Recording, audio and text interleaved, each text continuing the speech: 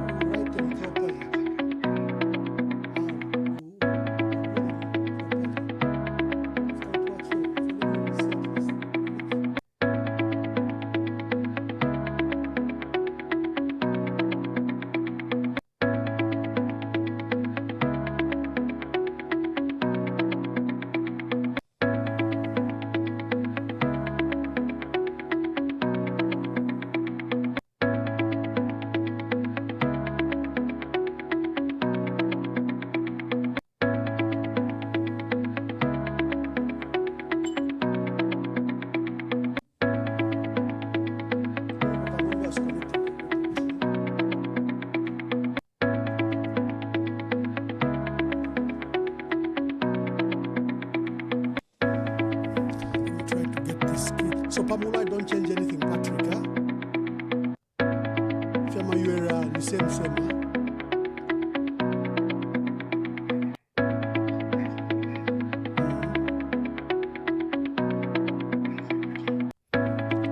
Using the key. But the way the number one has been set up, okay, it's just stop. But I will need your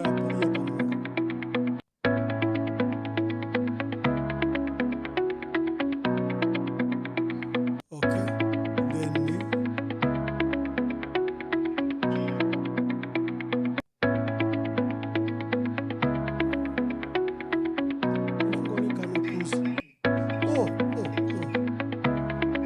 what has it recorded? So Kenny initially to record this one.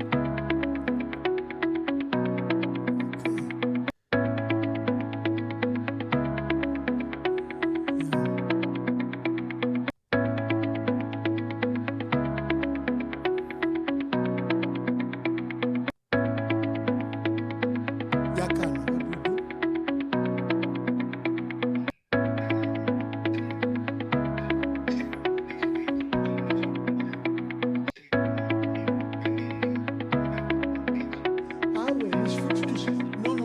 Restream, we switch off restream profile because it live in sending data now, so we cancel it here.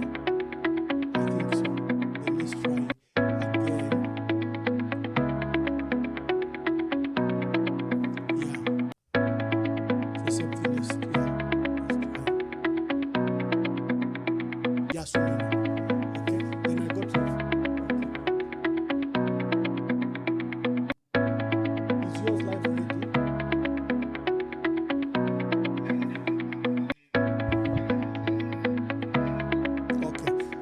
So me, I'm starting.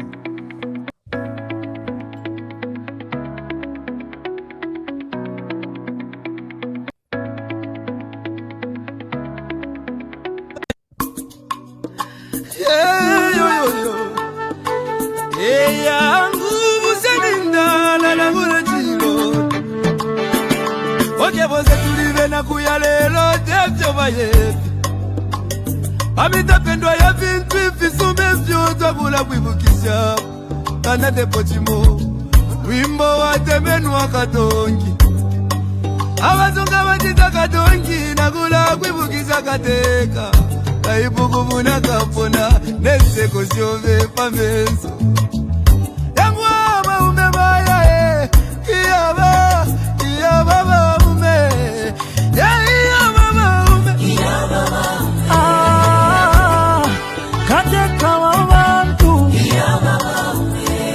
Twakulila, lelo twakulila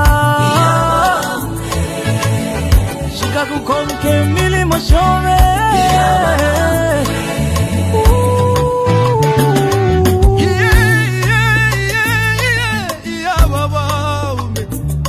Ale filamba, fiena minta pengo sile Eti kume mo kulondolo la vale Lilo mwingi,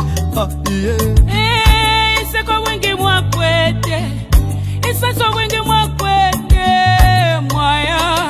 Mwaya mwende wino tata wesu Katushi muchi wakege Wali bomba kale Lomba mwatuja tuleli lake Mupanga chiba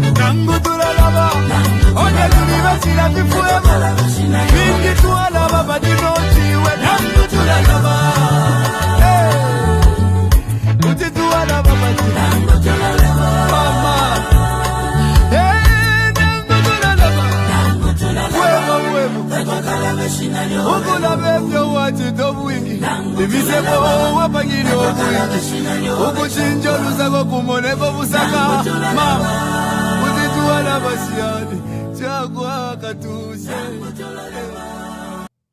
Wonderful day on this beautiful day, Friday. We know it's the beginning of the weekend, but you have to spend time with us and enjoy first the music and enjoy the updates that we give. There's been some wonderful development in South Africa. You know, there's been a long standoff between the Zambian government and the Edgar Lungu family, Zambia's 6th president. And today there was an official statement that was issued after many days, I think, of informal interaction. I had said the other day that I'm migrating my broadcast to a new software. So you have to bear me because we want to go live on YouTube, on TikTok, on Twitter, and on then our usual pages. So for those that are watching us on Twitter, those that are watching us on TikTok, welcome. You are a fresh audience, and we appreciate you. We hope that you can enjoy what your colleagues on Facebook have enjoyed.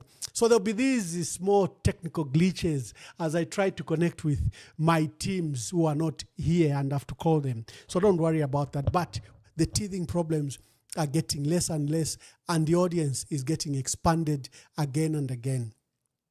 So we had a matter in South Africa. I want to read the statement. I don't want to misquote it. A development in South Africa. This is what was said in South Africa. Just a minute. Do I have a picture here that I can put? Yeah, wonderful.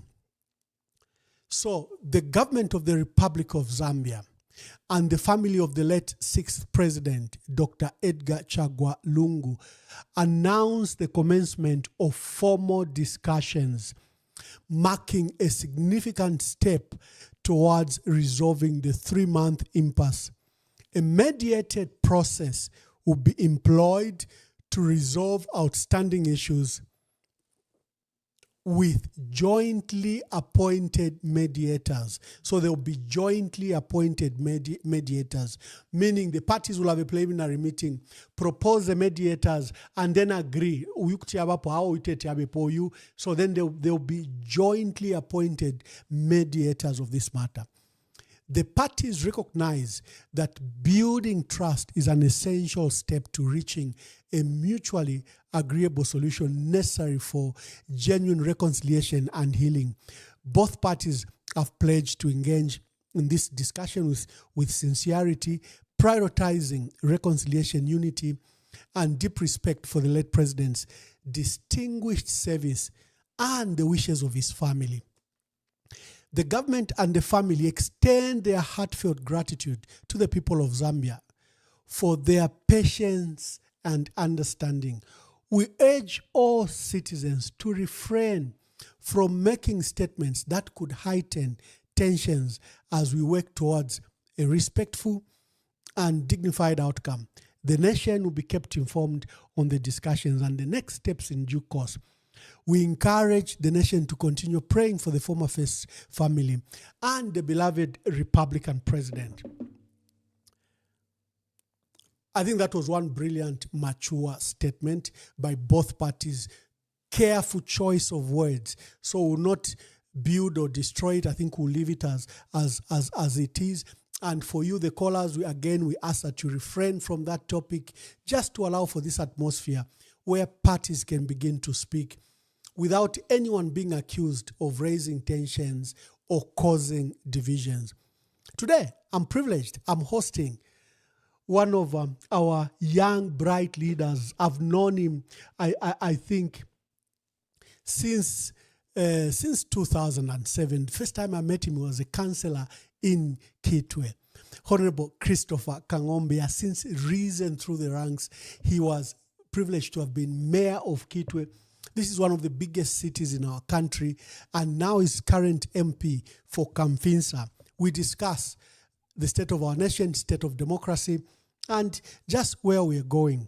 And he's been very elusive on my programs. The first time he came was 2 weeks ago when he came to Spa with George N. Mtonga, an economist and financial analyst who's based here in Atlanta, Georgia. And I said, Kang'ombe, nishi mumbu tukila. So today I got him. He's here visiting in the United States and we are together to have this discussion. Honorable Christopher Kang'ombe, welcome to today's program. Thank you very much, Mwamba. I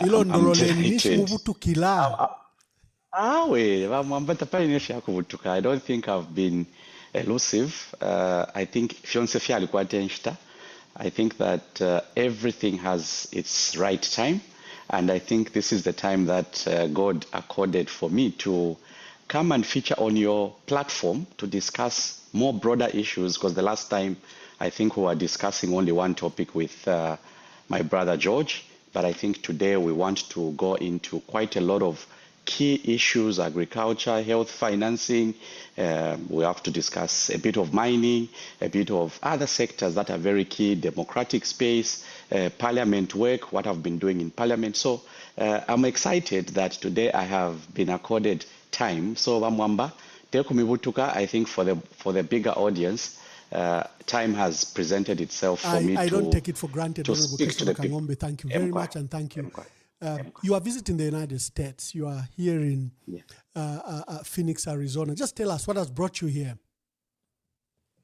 Well, I first of all want to, before I explain why I'm here in America, I want to convey my sincere condolences to the family of the 60th Republican President, Dr. Edgar Chagwa Lungu, who we lost exactly, I think now it's 3 months. I remember when I was driving from Kitwe going to Lusaka, along the way, that's when we received the bad news that His Excellency had passed on. So I want to convey my condolences to Madam Esther Lungu and the entire Lungu family, but also to the country as well, because President Lungu was not an ordinary citizen. He was given the privilege to lead Zambia for 7 years. So obviously the country is also mourning. And I'm happy, Mwamba, before I explain why I'm in America, I'm happy that there's a statement coming from government, and a statement which has been jointly signed by the lawyer representing the Lungu family. It's something that I had wished would have been the path we had pursued, even without having to go into court. I'm on record as Christopher Kang'ombe. At a time when Walungu passed on, I had an interview on ZNBC. You remember I was given about an hour to speak on ZNBC Sunday interview.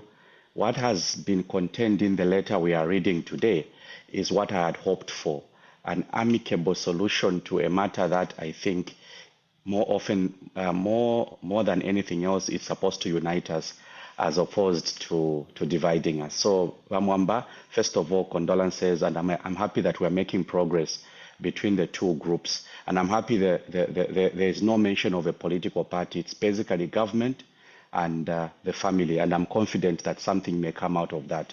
Why am I in America, Mwamba?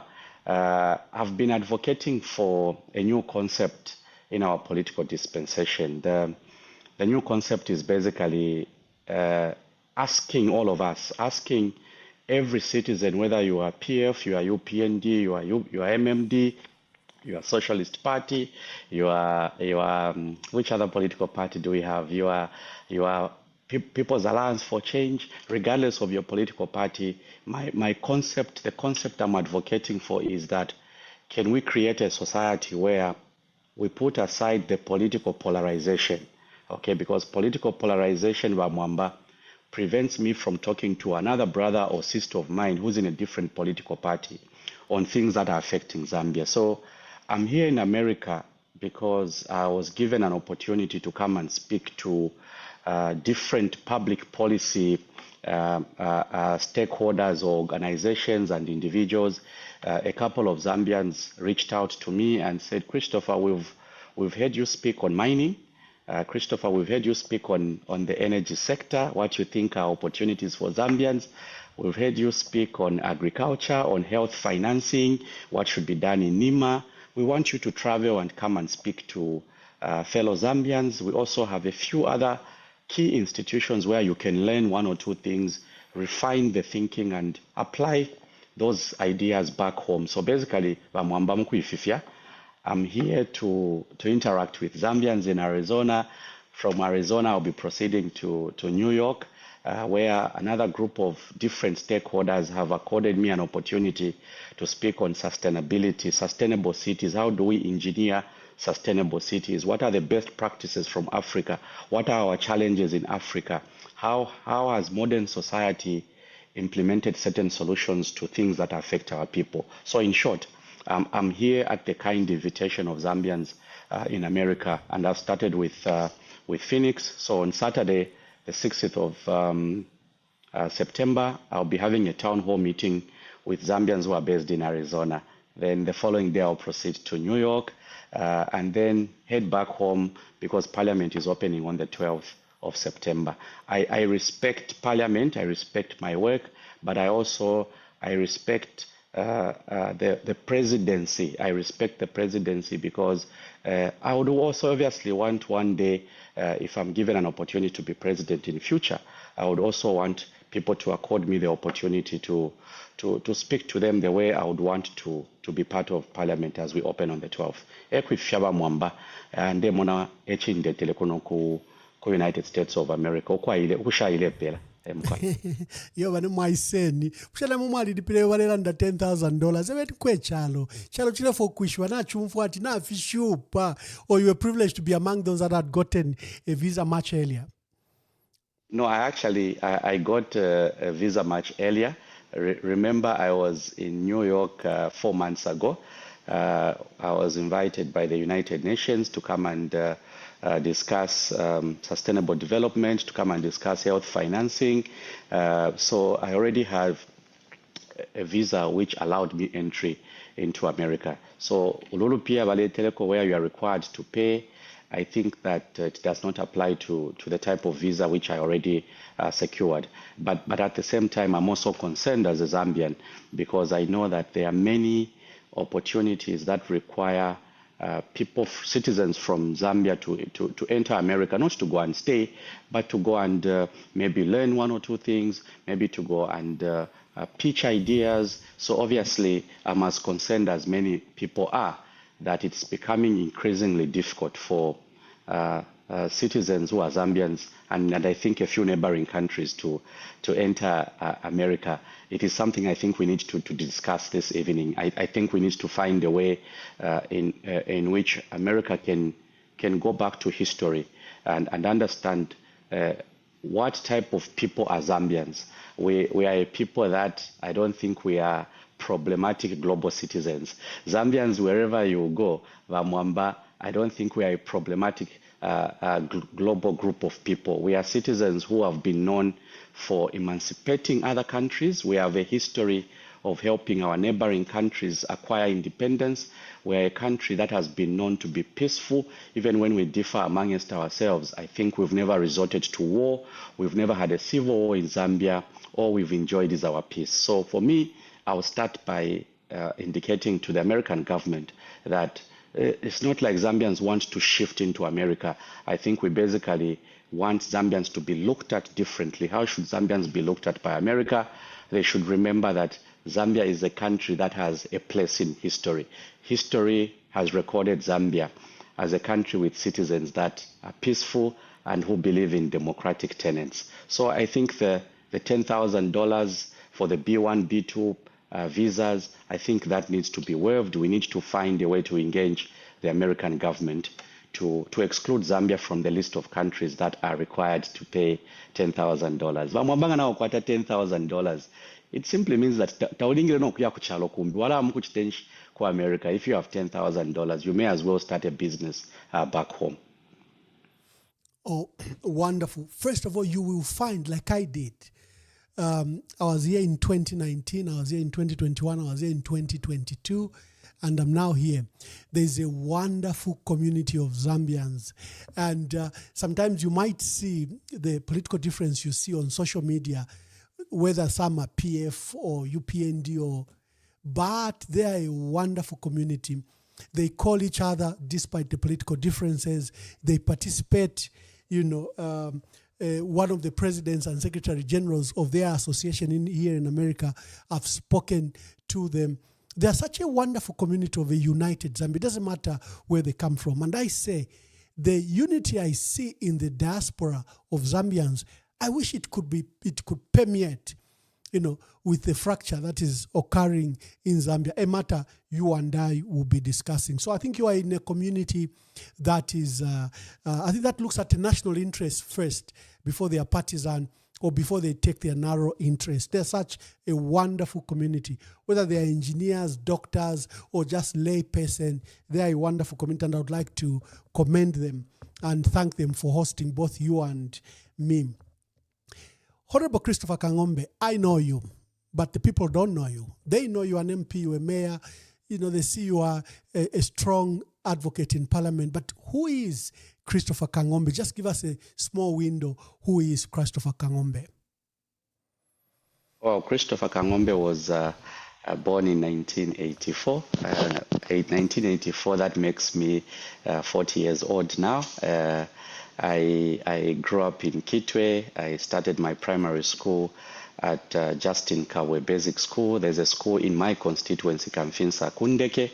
That is where I started my primary school, went into Rokana Basic School, later on proceeded to Kitwe Boys Secondary School, where I later on had my first encounter with leadership in secondary school when the person who used to take us in English decided to encourage me to join public speaking, to join the debate society. So my first encounter with leadership was joining the debate society in my 10th grade, beginning to pick issues to research on and begin debating, whether it was debating about whether pregnant schoolgirls should be allowed back into school. It was my first encounter with understanding how policy works, how government can influence outcomes for society through policy. So I started venturing into debate. Eventually, I was appointed head boy for Kitwe Boys Secondary School in Kitwe in 2002, and eventually went into university at CBU to study engineering, where I studied electrical mechanical engineering at undergraduate level. And then when I was at university, Mwamba, and I think for the benefit of those that are following this conversation, I later on went into public service, I think at Students' Union level. I was Secretary General for the Students' Union. I was President for the Students' Union. I had an encounter with President Levi Mwanawasa at State House when we went to lobby for things that affect students. We wanted better learning environment for both CBU and other learning institutions. And I remember encountering President Mwanawasa, who actually reminded all of us there, we were about 6 of us, that colleagues, I was also once a union leader. So 2006, President Mwanawasa tells us that, no, actually, you young men and women, you are on the right path in leadership, because I also started where you are. President Mwanawasa reminded us that he was vice president for UNZASU, University of Zambia Students' Union, back in the early years. So I left State House back in 2006, Mwamba, reflecting that actually if someone who was UNZASU vice president can eventually become president, it means that I could also pursue leadership. So fast forward, 2006, I contested elections as councillor, as an independent candidate in 2006, and I won elections by a difference of 12 votes. Between me and the PF candidate, there was a difference of only 12 votes. I became councillor, so I had to combine schoolwork and going into university and going to Kitwe City Council to represent the residents of Riverside, where CBU was also part of the community. Fast forward, Mwamba 2011, I recontested under PF now as a councillor, so I was councillor for 10 years, and then I became mayor for Kitwe in 2016. You remember, I wanted to be member of parliament for Kamfisa Constituency. We had printed 5,000 t-shirts ready to distribute to the residents of Kamfisa, only to be told that Kangombe mwala imina pachifulo chabu mayor. So I served as mayor for 5 years.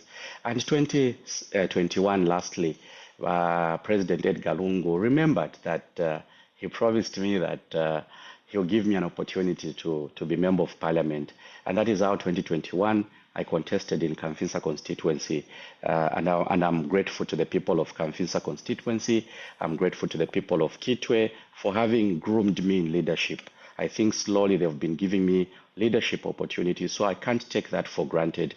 I'm a soccer fan. I love football. I grew up in Ndeke. I wanted to be a football player, but you know, at that professional level. So I'm passionate about football. I am also a keen follower of so many issues, international news. I'm married with 3 kids. Pretty much Christopher Kang'ombe. Fimbi twakulaya tulelanda as the program goes. But pretty much that is who I am. At postgraduate level, I decided to pursue a master's in economic policy. Kaitwasa sangati engineering ile tuchitalimit kufia engineering. But because of the work I do in government, in public service, I told myself I needed to study something extra to help me understand public policy, and I'm a holder of a master's in economic policy from the University of Zambia. That is Christopher Kang'ombe. Wonderful. At least the people have an idea. The people have an idea who Christopher Kang'ombe is. Yeah. There's been great concern about the state of our country, state of democracy. There's been concern. Before we go to the issues of the economy, the issues of other things, there's been serious concern. What is the state of our country from your perspective? Well, I'll speak about Parliament first of all. There's been a lot of conversations. You remember, Mwamba, that I was among the 9 members of Parliament that were for lack of a better term, chased from Parliament in 2023, 2024. Remember, we had a dispute regarding the convention that took place at Mulungushi, which elected our colleague Mao Sampa as president for PF, which matter I think some of us were very strong, were very firm and consistent. We said, our brother, you are our brother. You are former Mayor Lusaka, I'm former Mayor Kitwe. My brother, this is not how you elect a party president. Each political party has a culture. PF has never excluded members of parliament. It has never excluded party officials from electing the party president. So some of us spoke strongly against that convention which elected Mao Sampa. And we had letters written to parliament that we had been expelled from the Patriotic Front. And then later on, you remember Mwamba, the Deputy Speaker of Parliament chased some of us from Parliament. We rightfully left Parliament, but we took the matter to court through an order of court in the High Court. We managed to be reinstated. I don't know if it's reinstated or we were allowed back to Parliament.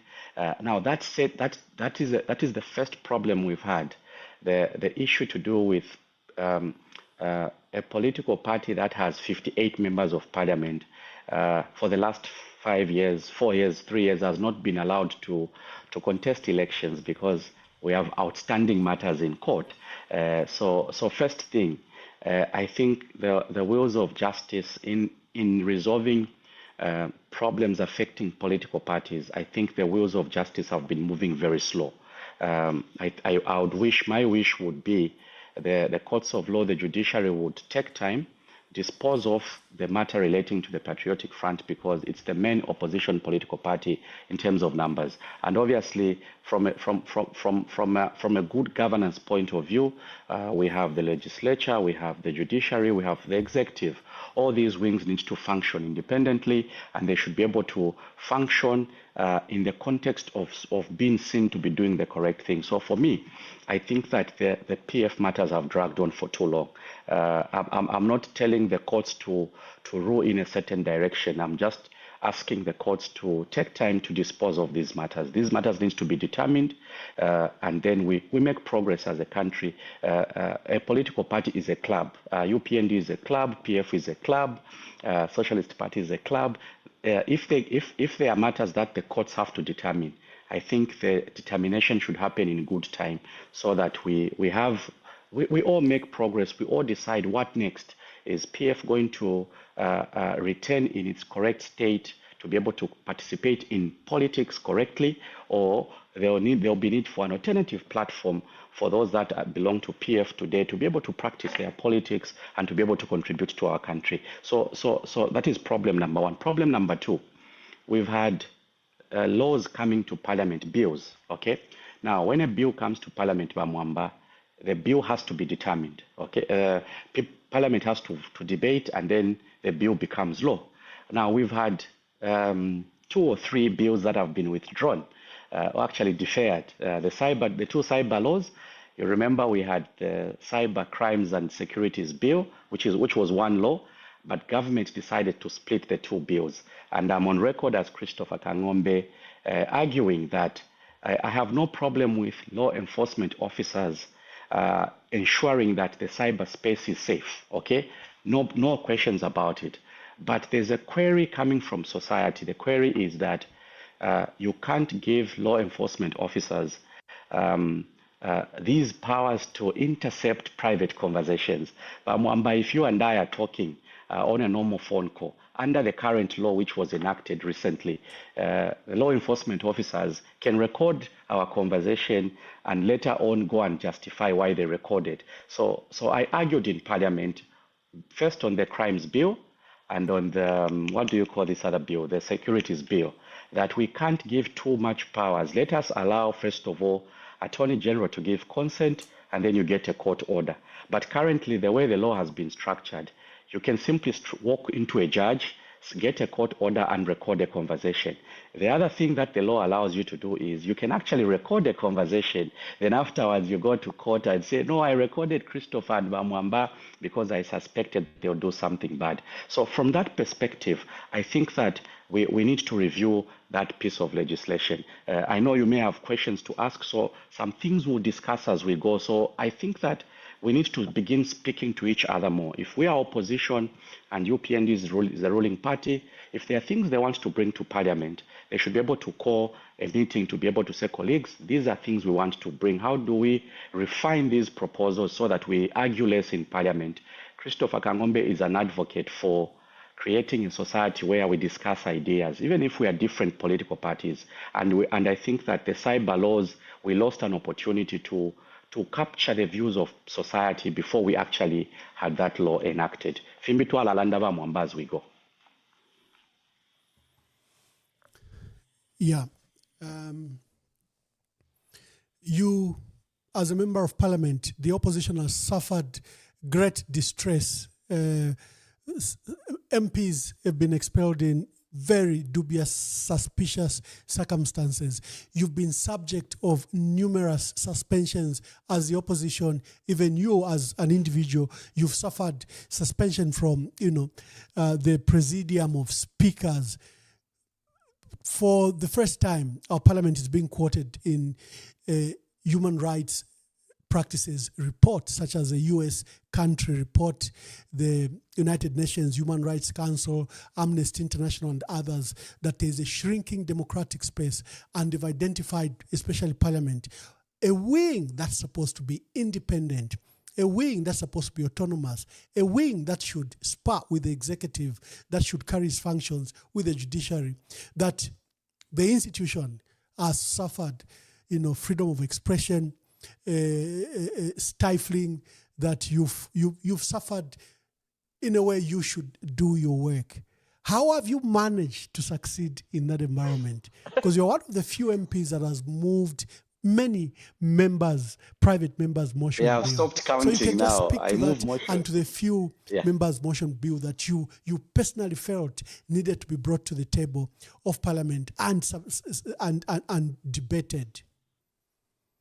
Well, I've been suspended twice in Parliament. The first time I was suspended was when the Minister of Finance brought the budget for 2022, I think 2023 national budget, and they ignored the requirement in the Constitution that before you bring the budget to Parliament, there are certain procedures that you have to comply with. So we protested the fact that a budget was going to be approved without actually following the procedure for approving the national budget.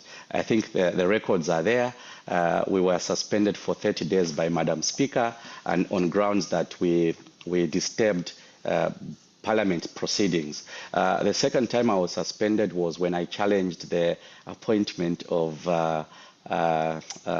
who is this? I think it's Robert Chavinga as leader of opposition. I'm on record where I wanted to speak in Parliament, and Madam Speaker couldn't give me an opportunity to air my concerns on what the Constitution of Zambia states about political parties and what the party constitution states about how you elect a party president. I was suspended for another 30 days. So I've twice been suspended.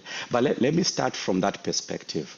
The problem I've noticed about Parliament, okay, and I think it's how, first of all, the Speaker is elected. Okay, Mwamba, whether we like it or not, history will tell us that in Zambia, and I think that is the practice that will continue for many years. When Parliament, when MPs are elected, the first order of business is to elect the Speaker of Parliament. Now, where does the Speaker come from? Mwamba, you can't just walk into Parliament to say you want to contest as Speaker. Speaker Zambia. You have to be nominated by a political party that has got MPs in Parliament. So in Parliament we have PF, we have UPND, we have PNUP, and we have 13 independent MPs. So for many years, and I don't want to restrict it to the last 4 years, for all these years, political parties bring candidates. So the first problem I think we have is that the Speaker comes from a political party. Whether you like it or not, it's been a bad practice because we have a nominee of the president. We have the president who has been elected saying, for me as president of Zambia, the person I want to be Speaker is this person.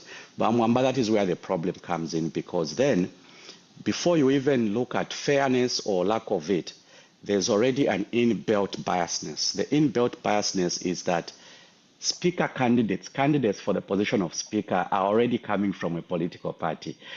All the 7 presidents we've had in Zambia have been politicians representing political parties, and they've always brought names of individuals to be speakers. So that is where the first problem comes in. Now, I don't have a solution from where I'm seated, but I've been thinking, could there be a different way to elect the Speaker so that we have a Speaker who doesn't align themselves with any political party? The last 3 years, we've had instances where I think Madam Speaker has shown biasness. I've seen an improvement personally after I think we had all those complaints. We had people being suspended. Christopher Kangombe complained. There were too many complaints, and I think Madam Speaker has been trying to adjust her way of conducting business in Parliament. There's serious room for improvement that is needed for her, I think, to even do better. For me, I'm looking at how best can we ensure that the office of Speaker is occupied by people who are not coming from political parties, whether they used to hold party position, or they were legal advisors, or they are coming from the High Court. The fact is they are nominees of the President of the Republic. So there is an inbuilt political biasness. So if you ask me to answer your question, have we been given the opportunity to debate correctly in Parliament? Can things be done better? I think that one way in which we need to deal with the problem of Parliament is also to begin changing, there's a whipping system. So I've moved motions in Parliament, and I'll mention 2 motions. I've proposed to Parliament that the National Health Insurance, which is NIMA, should be able to cover the poor and the vulnerable. And it is there in Section 16 of the National Health Insurance Act. The law which was enacted in 2018 by the Patriotic Front, brought to Parliament, says that those of us who work, we should pay for the poor and the vulnerable. Now, this is something I took to Parliament, and Parliament agreed. Of course, there was resistance. I've moved a motion in Parliament asking that 50% of the electricity should be generated by mining companies, and the other half should be provided by ZESCO. There was resistance here and there, but how have I managed? I've basically been preparing. I prepare motions. Not all of them have been accepted, and in most cases, when my motions have been rejected, it's not because they've been bad motions. It's simply because there's polarization in parliament. There's a whipping system. The government whip will tell MPs from UPND, don't support that proposal because it's coming from Christopher Kang'ombe. These are things we need to change about how parliament functions. Oh, wonderful. Dear viewers, we are broadcasting live from the United States. Honorable Christopher Kang'ombe is here in Phoenix, Arizona. He's visiting. He's got a couple of engagements with the wonderful Zambian community, and we've welcomed him. We are live on Facebook, on Twitter, on TikTok, on YouTube. We're trying to reach an array of the audience, and today is our first time that we are live on all these platforms at the same time. Honorable Kang'ombe, let us go to the meat. You've seen the past. You've practiced politics. You've been a councillor from 2006 when you just graduated as an engineer from Copperbelt University. You've risen to become mayor, and now you're a member of parliament. We are over 60 years old as a country. When we started in 1964, we had good reserves. Our economy per GDP, per capita was even far better than Singapore, South Korea, and China. 60 years later, we are among the 6 poorest countries in the world. We are a very wealthy country, but with a poor people. We don't seem to have managed our resources properly, and we've regressed from where we were. We were number 3 in Africa as one of the wealthiest countries in Africa. We're number 3. Today, the biggest economy is South Africa, Egypt, Tunisia, Morocco. These are very big economies. And we, like I said, we are right at the bottom. What have we done wrong? What did Singapore, China, South Korea, and others do well that we failed to? How did we drop from one of the wealthiest countries to now the top 6 poorest countries? And again, we are number 6 as the most unequal, among the most unequal countries in the world, being led by South Africa and others. Clearly, this is a grim picture. You must have studied this. What do you think? Our theme today is development proposals for Zambia. What should be our development proposals? Learning from the past, learning from the mistakes that were made, and then charting our path forward. Yeah. So problem number 1, and I'll be very quick, Mwamba. The first thing we haven't gotten right for many years is that we've never believed in ourselves, and I'll start from that perspective. We've never believed that we could play a bigger role in our own economy. Okay, so Kansanshi Mine 2 or 3 weeks ago, they launched what they are calling the S3 expansion project. They are saying they've extended the life of Kansanshi Mine. Lumwana Mine has announced, I don't know if it's $1 billion super pit project. I was in Solwezi before traveling to America. I spent 3-4 days in Northwestern Province trying to understand what's happening in Northwestern Province. And then I'm looking at the question you are asking, and I'm looking at these huge projects that are being announced. But at the end of the day, there's one problem which we've not done correctly. We've never believed in ourselves. We have been at the tail end, okay? When an investor comes, they invest the right amount of billions of dollars into the mining sector, which they make as pledges. We'll need to have a topic for another day on whether the actual 1 billion will come into Zambia. But the first problem which I've identified after reading, after studying, after talking to mining experts, because mining is our key sector, okay? That is what will anchor every other sector. So the first thing that we've not done correctly is that we've assumed that the mines should only create jobs for graduates from university, those coming out of NOTEC, those that want general work. That is the first problem we've had. We've not placed Zambians at the center of key sectors like mining. And there are others who have different views. Others believe that so long we are getting the copper out, we are getting taxes out, that is enough. So first problem is that currently in Zambia, or in terms of ownership of the mining companies, we don't have a huge stake by citizens, the level of participation by citizens has been very low. And I'll give an example.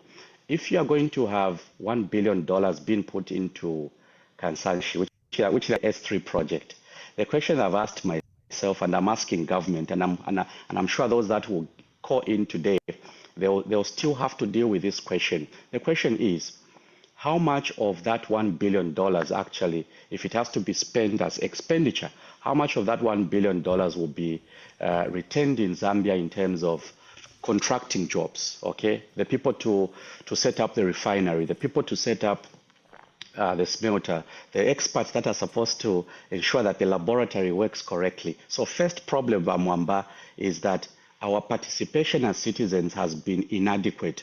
Of participation, if I were to say Ndafiat Fema Zambians, kuingila fenchito.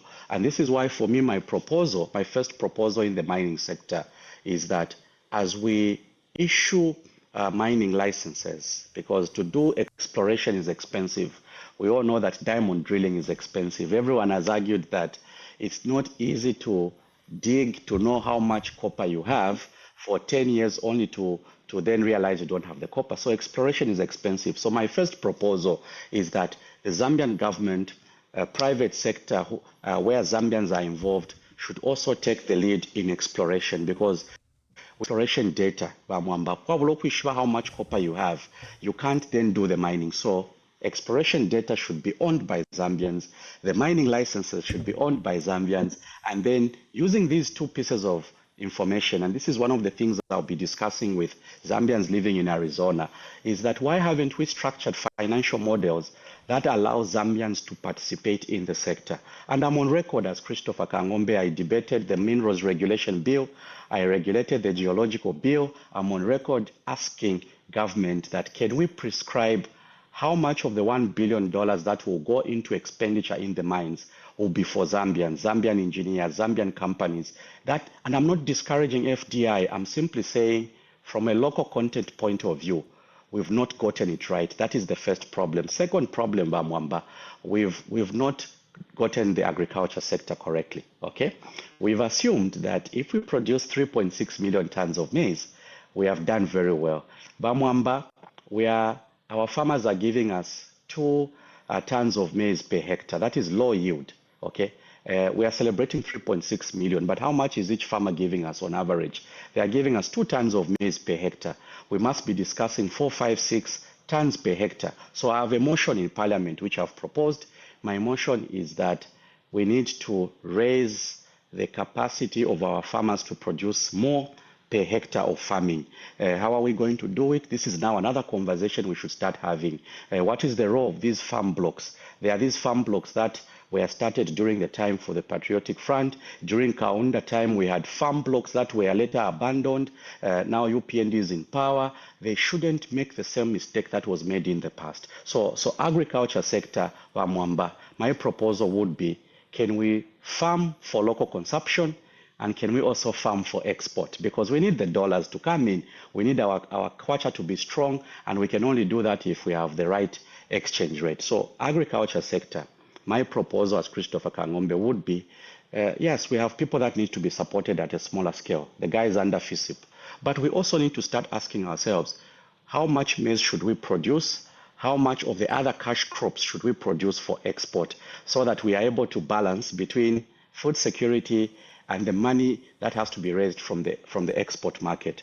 I want to be on record, Mwamba.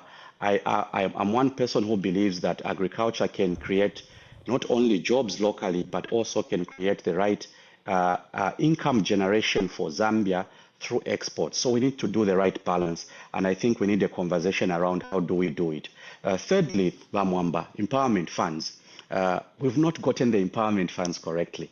Mwamba, having been a councillor, mayor, MP, I'll tell you one thing, why we don't get Zambians empowered. We have too many political players involved in the identification of beneficiaries. Okay, right now we have CDF empowerment funds.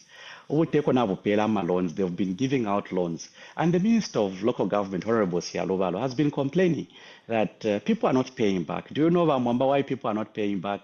It's because CDF empowerment funds, just like many other empowerment funds for many years, there has been too many political players participating. The Ward Development Committee will identify the beneficiaries.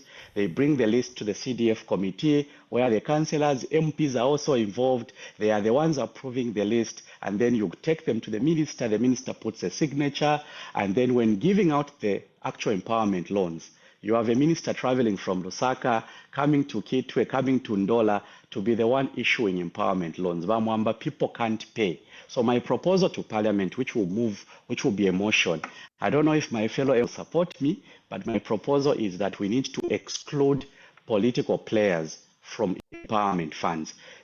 These are just some of the 3-4 issues we haven't gotten right, because for me, where we haven't gotten it right is that Zambian citizens have adequately participated in our key sectors. If we participate in our key sectors to the extent that we are making enough money and the money is being returned, Mwamba, I think we'll begin then raising the right millionaires, and then we'll see the wealth that we desire to see.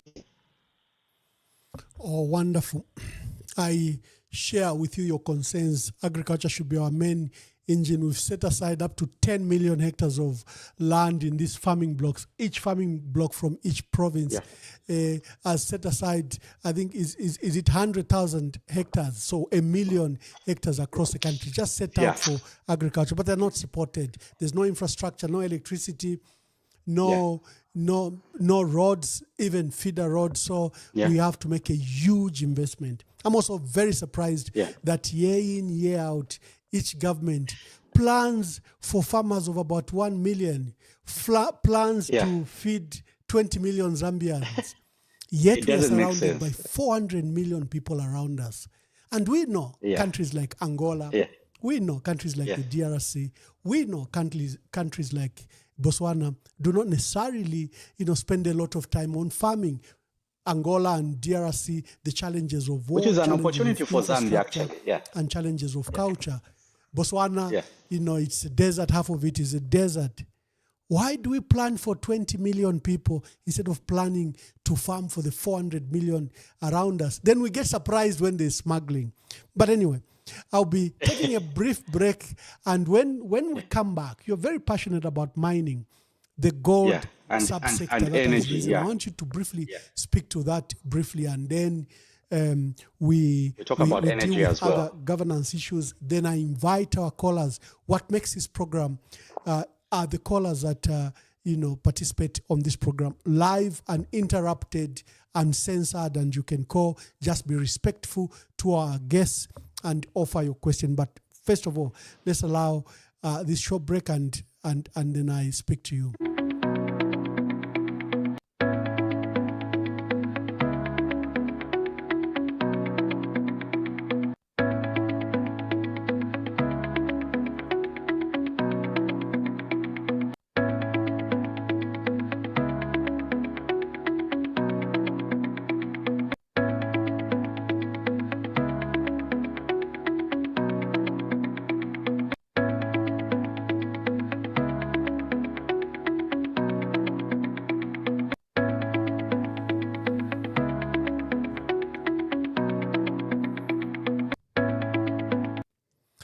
Dear viewers, we are hosting Honorable Christopher Kang'ombe, Kamfisa Member of Parliament. He's previously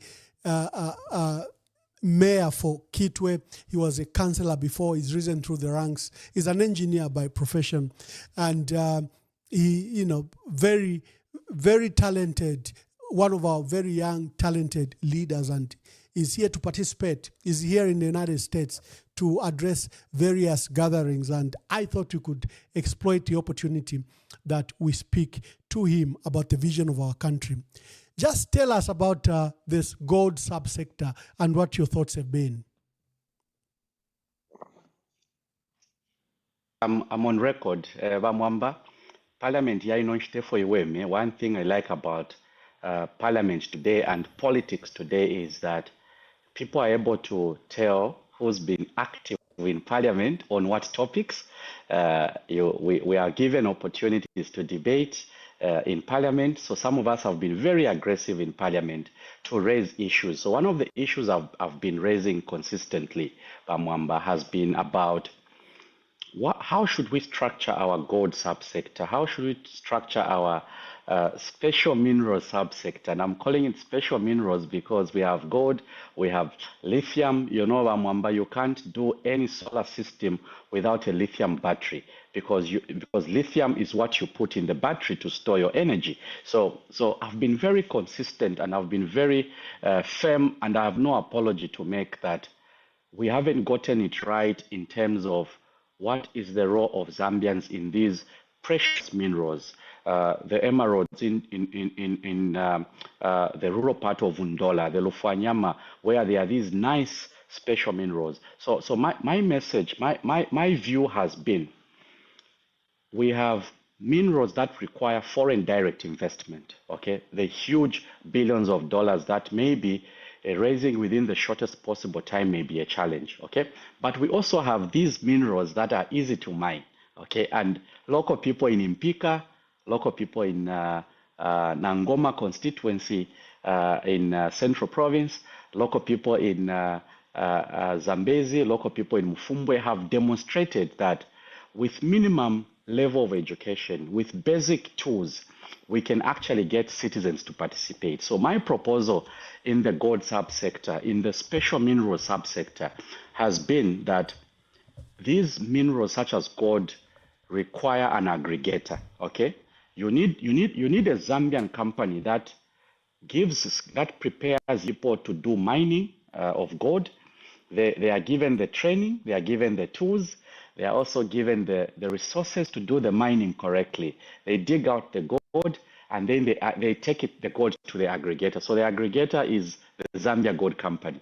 So the Zambia Gold Company is what was established, I think, 2019 or 2020 to be an aggregator to buy the gold, okay? Agree on the price, look at the international price for gold, and then agree that this price is fair for the local people, and then get the gold into Bank of Zambia. So my proposal as Christopher Kang'ombe has been, can we get gold to be mined by Zambians only? And I have no apology to make, Mwamba. I will not apologize. Others have told me, Christopher, that sounds too extreme. Yes, it sounds too extreme, but it sounds correctly at the same time. Why is it correct? It is correct because we can raise $1 billion, we can raise $2 billion, we can even go up to $5 billion if we get the gold sector right. How much gold do we have at the moment, Mwamba, in our reserves? We only have, I think, $300 million of gold. That is embarrassing. That is unacceptable. And I'm not apportioning any blame. I'm basically reminding each one of us that is in leadership. I'm reminding the current government. I'm reminding my colleagues in parliament that if we get the gold sector correctly, just gold alone, we can get to a $5 billion of our required gold reserves. And then Zambia can be able to say, these are our reserves. Can we now get the benefits from having the right reserves? So that has been my proposal. My proposal has been, let's not look for a foreign investor to set up gold mines. Let us allow Zambian citizens working with the Zambian government to ensure that we get it right in the gold subsector. I've also talked about lithium in Southern Province. Mwamba, Southern Province should not be known for only farming. We should not know Southern Province to be an area where you do agriculture. We should also remind ourselves that Mamba Core, which gives us 300 megawatts, is in Southern Province. So Southern Province must be known also for mining. How can we know it for mining? There's lithium in Southern Province in a constituency called Mapatizia. My proposal is that we need to copy what Bolivia has done. Bolivia has got a large-scale lithium mine in Bolivia. Can we do a large-scale lithium mine in Mapatizia, Southern Province? The same farmers who have money in Southern Province can be told to invest in lithium mining. And this is one of the issues that has brought me to America today. I want to speak to Zambians who are in America, asking them, you people have the right level of exposure. You've learned financial modeling. You've learned financial systems. Can you tell us how we can structure our financial models so that we can participate in key sectors? So for me, Mwamba, is that gold should be for Zambians, and I have no apology to make. You are right. You don't have to apologize for it. Yes. Ghana did the same. The new president came in and decreed that no foreign nationals should be in the gold subsector at mining level, artisanal level, and then it apportioned the entire marketing of gold to one like some form of a vehicle, like similar to ZCCMIH. And within 2 quarters, they had earned $5 billion. Again, you have a point. You have a point because if you look at the FIC report, out of the $3.5 billion being, illicit financial flows being taken away from our country, over $1.5 billion has now been attributed to illegal export of gold. Who is exporting this gold? Last year, recorded $1.5 billion. The unrecorded number might even be higher. Clearly, that is there is income a we've missing lost, opportunity to derive benefits from this subsector. Do you have any other thoughts about sectors that really you think should drive our country before I open the phone lines? Before you bring in our valued participants, the callers that are calling in, Mwamba, we have a problem in the energy sector. Okay, now energy has got 2 parts. There's electricity, and there's petroleum products. Okay, so I'll start with electricity. There's been a lot of noise, and I'm calling it noise or publicity, or everyone wants to start talking about solar. At a household level, Mwamba, you can connect a solar system, buy 2 batteries, put your solar panels, you run your electricity into your home, that is fine. But at a large scale, okay, the 100 megawatts in Chisamba, another person, an independent power producer, will also be told, can you go and set up a solar plant? Bamwamba, there's a limit as to how much solar we can integrate into our national grid. And I'm speaking as an electrical engineer. Currently, our national grid has a specific capacity of how much maximum solar we can get in. So no matter how much noise, how much publicity we talk about in terms of solar, there's a limit. We can't just be producing solar. We need what is called baseload power. Now, what is baseload power? Baseload power is hydro. Baseload power is what is produced at Mamba.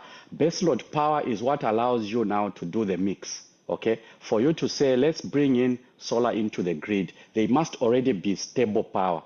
Kabili solar ilapona. Today in the morning, there's enough sunlight. You have very good electricity coming out of your solar panels. As the day goes down, you don't get the same output from your solar. So you need the national grid to be stable, okay? And that is where baseload power comes in. And this is why, for me, as much as I want to be an advocate for solar, I think that at household level, solar is a solution that each person can then look at in terms of, can I invest in solar to spend less on electricity at an individual level? But to industrialize Mwamba, to produce the goods and services that Zambia needs at a large scale, for cement plants to run. That is why Dangote doesn't run on Zesco power. Dangote produces their own electricity. They get their coal from Mamba, run their machines at Ndola plant and produce electricity, because that is baseload power. It's stable power. It is what you need to run industry. So what do we need to do in the electricity subsector? I've got 3 proposals that I wish to make, which are very key, and I think that some people may not have paid much attention. The open access guidelines, the open access guidelines, which allows private players to come into the sector, they've not been published. Up to now, we don't have the open access guidelines. Government has said open access is now a policy, but there are no guidelines that have been published, and I want to ask government to quickly publish these open access guidelines so that Konsokoko Tulesa here in America, the Zambians that are in America, we tell them where the opportunities are. Secondly, we need to reserve sites for hydro for Zesco. Okay, and I'm saying we need to reserve sites because if a feasibility has been done by the Ministry of Energy, they know where the hydro plants are, where the hydro stations should be put. What we should be doing is not to privatize those sites. We should simply be saying, okay, can this private company that may have the dollars, the monies to invest into a hydro plant partner with ZESCO? Because we need energy security. We don't want that private company to sell its electricity without satisfying the local market. So we need to model some form of partnership between private sector and the public sector in terms of the new sites that are supposed to give us power. The Luapula River has got 5 sites, Mwamba. 3 are on the Zambian side, 2 are on the Congolese side. Okay, we need to close those conversations to quickly get 2-3 sites running. The Luapula River can give us 1,000 megawatts. It will be enough to reduce the problem that we have. Thirdly, I want us to appeal also to government to look at transparent bidding for these hydropower stations, okay? And I'm saying transparency. We don't want to see IPPs, independent power producers, being brought on board without us seeing the right level of transparency. That would be my proposal. And that is the electricity subsector. In short, my summary on electricity is that let's not just tell people set up solar plants. Let's first have the right level of stable power for us to kick in the solar plants that we are encouraging people to do. And I'm calling upon Zambians that have got the financial modeling skills. Tell us how we can structure a financial model for Zambians to participate in the electricity subsector.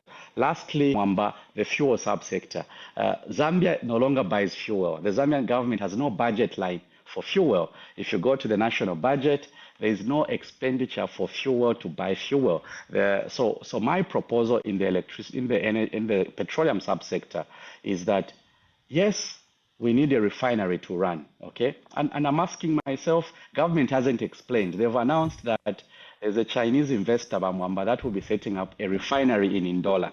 Okay, so there'll be a refinery that will be refining crude oil in Ndola to be run by our all-weather friend, the people from China. I have no problem, but I have one concern. Why can't we recapitalize Indeni? Because that is the proposal I took to Parliament. And again, Christopher Kang'ombe is on record. I simply asked the Minister of Energy, how much do we need to recapitalize Indeni? I was told we need $250 million. Close to $300 million. So I'm asking myself, wasn't it going to be better to sit down with a Chinese investor to remodel Indeni around joint ownership, where we still bring in the crude oil because the infrastructure is already there. We repair the old pieces of equipment that need to be repaired in form of a partnership so that we can get the right efficiency into Indeni, and then it serves its intended purpose. So government may have their own reasons, and I'm sure they'll have to give a policy statement in Parliament as to why they've allowed a new refinery to be set up as opposed to partnering with an existing infrastructure. We have the issue of the Tazama pipeline lastly, Mwamba, before we bring in the callers. Tazama is 1,700 kilometers from Dar es Salaam into Ndola.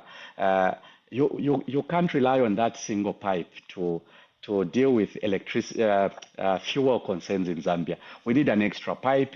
We need to have a holistic review of the petroleum subsector. I think certain things will be clarified as callers begin calling in. But my proposal is that we need a certain level of transparency in the energy sector for us to be certain that we do the sector correctly.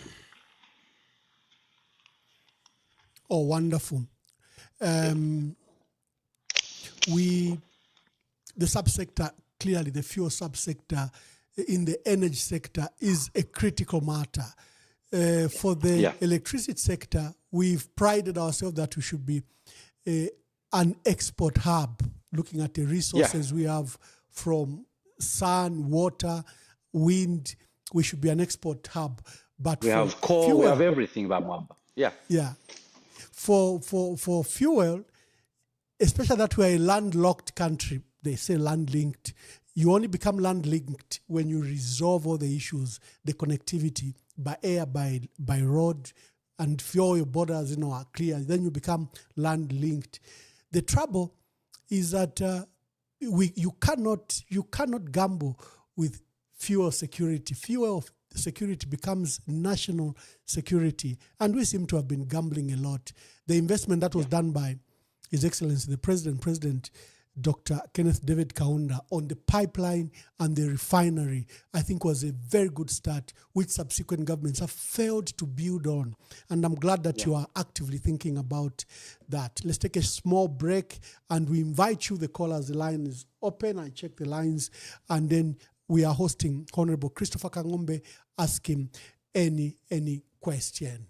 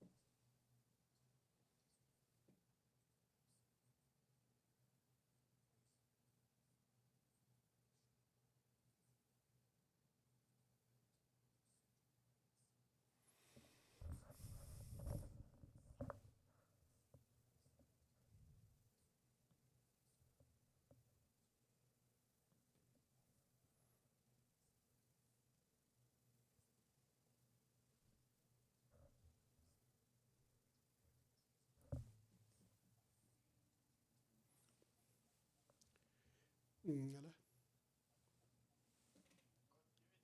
Hey, please hold on. Just hold on. Don't hang up.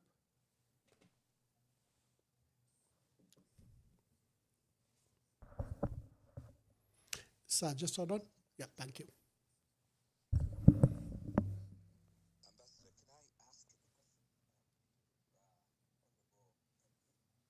Yes, thank you. We already have callers. Caller, please tell us your name and where you are calling from. Thank you, Ambassador Emmanuel Mwamba. I really enjoy EMV. I think you're doing a fantastic job. And my name is Dr. Dave Kajila. I'm based here in Canada. I'm a medical specialist. I have for Honorable Kangombe is that I'm hearing some feedback. Let me try to come out of this. Sorry. Yeah. Since his proposals are so brilliant, and I think it's very difficult to argue with any of the points he's raised. Since they're so brilliant, is there a bipartisan approach in Parliament where you, as an opposition leader, can partner with another member of Parliament who belongs to the ruling party, and together you form a coalition and present these proposals and see if they will get traction? That's the first question. The second question is, I can see definitely you have a pedigree of leadership at your young age, and you are a very bright spot in Zambian politics. Do you have any plans to contest for the big one, the big seat of presidency? Thank you very much, Ambassador Mwamba, for giving me this opportunity, and I look forward to listening to the program. Thank you very much. Honorable Christopher Kang'ombe, this is one of our senior members in the diaspora. Dr. David Kajila is well respected, practicing in Canada in cardiology and internal medicine. Thank you, Dr. Kajila, for that question. We have another caller. Yeah, thank you very much. We have another caller here. Caller, please tell us, just a minute. Caller, tell us your name and where you are calling us from. Thank you very much, Ambassador Mwamba. My name is Kefas Mwape Musonda, calling you from Kabwe, Central Province.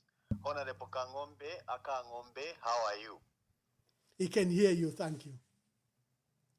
Thank you so very much. Honorable Kang'ombe, I also want to, first of all, ask the same question that the previous caller has asked.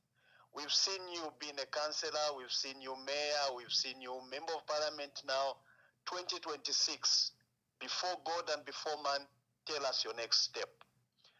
Coming to the issue of agriculture, well articulated, agriculture might and should be the mainstay of any economy like Zambia. But, Honorable Kang'ombe, what is it that you will do before Parliament is finally dissolved pertaining to the FRA? The FRA, the Minister of Agriculture, promised the people of Zambia that whenever you deliver your maize to the FRA depot and is certified to be correct, within 48 hours, people are supposed to get their pay. Up to today, others is 2 months. How effective can you put up a law that will develop the agriculture sector for the Zambian people? Thank you very much. Thank you very much. Callers, please be brief. There are so many calls coming in. We want you to be brief. Ask your question or your contribution. Hello, caller. Please tell us your name and where you're calling us from. Good evening, Mwamba. Good evening. Honorable Kang'ombe, I know is listening. Mwamba, before I even start talking, you have this topic is so interesting. I wish you could go on and explaining. My proposal is that I think in the Zambian constitution, I think according to what Honorable Kang'ombe has explained, I think we need to introduce a clause where we say a person who should stand for president should at least be a councillor who has been a councillor, a mayor, and member of parliament. What Comrade Kang'ombe is explaining, he's explaining as if he's a president already. Okay, I'm anointing him now. He's fit to stand for 2026 because what he has explained, it makes sense in a simple language, very understandable. Anyone can understand. And I want to agree on him when he said that there is too much polarization, especially when it comes to like local government housing, Lusaka City Council, or any other councils where parties, they have prioritized their members to be getting the loans and so forth. That should be discouraged. I agree with him 100% and let him pursue that because this is what is making Zambia to look like we are not developing because the key point is the local housing. Thank you. Hello, caller. Please, caller, tell us your name and where you're calling us from. Good evening, Ambassador, and good evening, Kamfisa member of Parliament. Good evening. Kang'ombe. Thank you so much. It's just a contribution. My name is Msenga Shamakamba, calling from Lusaka. Yeah, so I've been following through the program, and I think I really agree with the MP to say when we really get to empower our own citizens to actually mine our own minerals, it usually brings about economic independence and wealth retention. And thereby, when citizens are empowered to operate mines, more wealth will be generated from mineral resources, and our resources will remain within the country. And instead of our profits being expatriated to foreign countries or corporations, they circulate locally and boost our national income and reduce over-independence or over-dependence on foreign investors. Thank you. Caller, please tell us your name and where you are calling us from.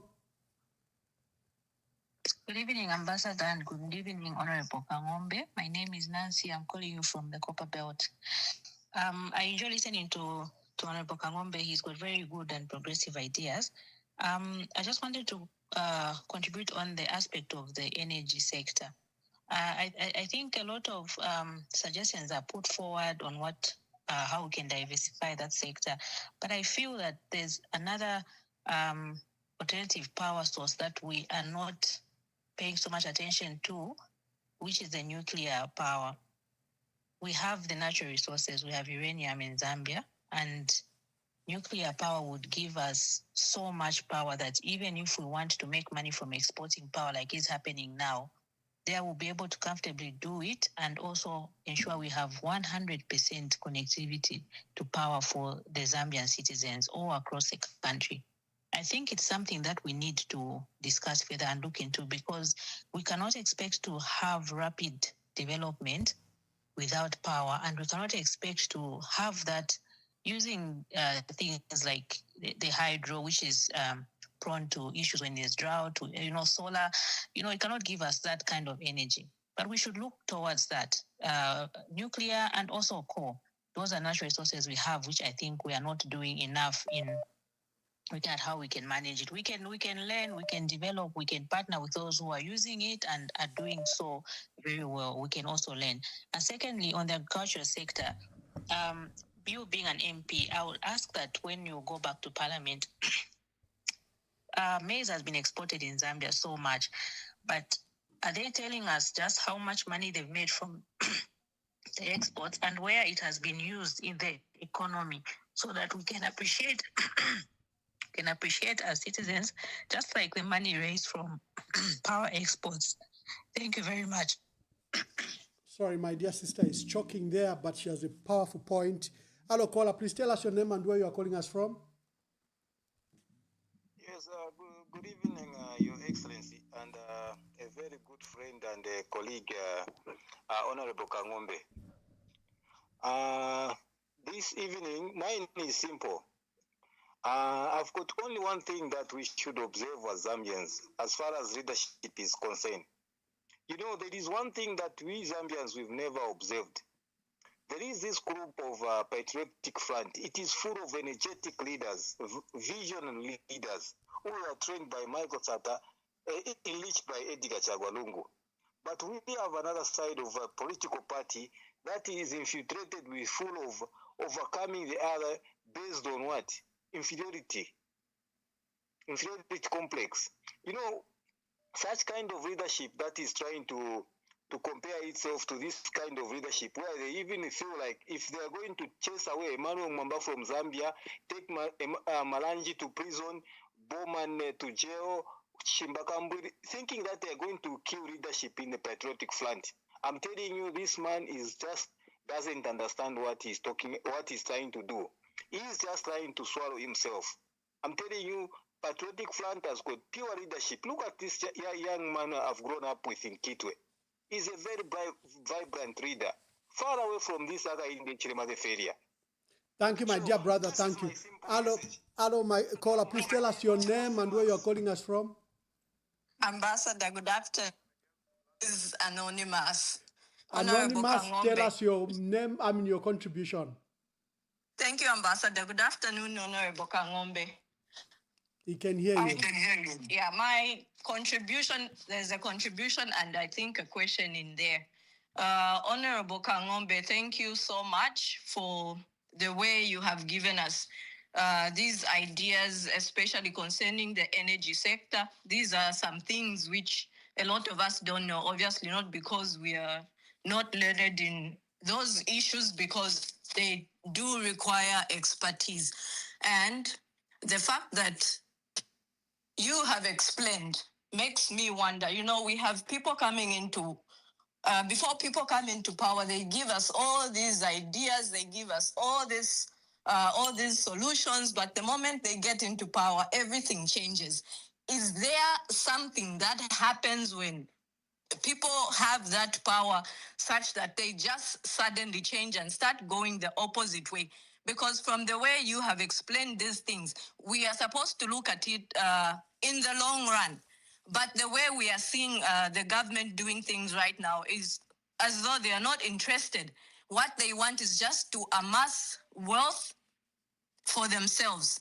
Look at how you have explained to say we can even actually export the energy, just what we have in Zambia, we can export energy to other countries and still be able to have enough for ourselves. But like right now, we do not have anything in Zambia.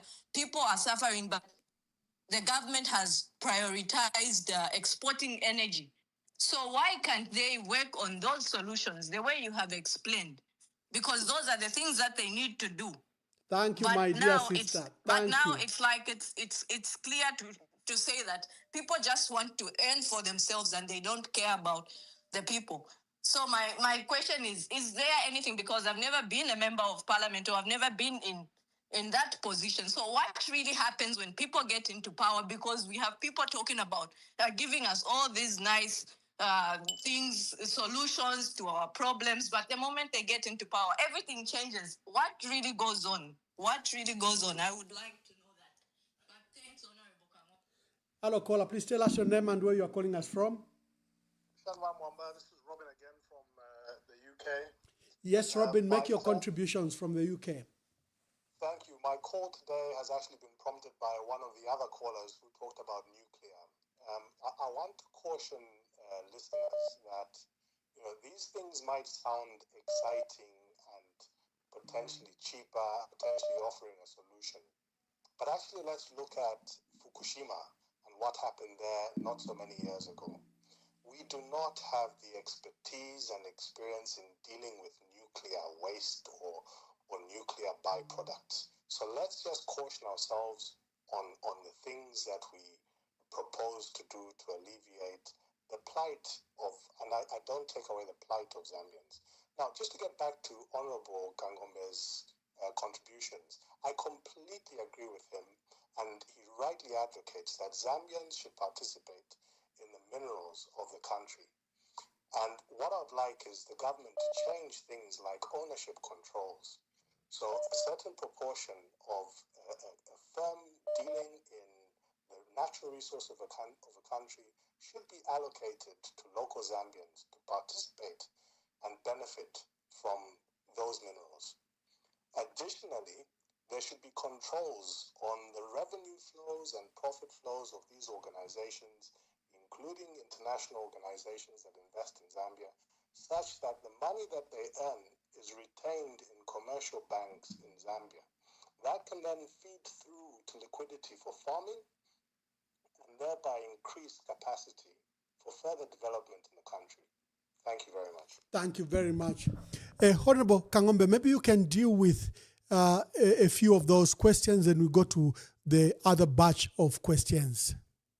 Start with, there's a caller who didn't provide the name, but he was agreeing with me that the participation of politicians in the issuance, identification of beneficiaries for loans leads to people not paying back. And he was basically agreeing with my proposal.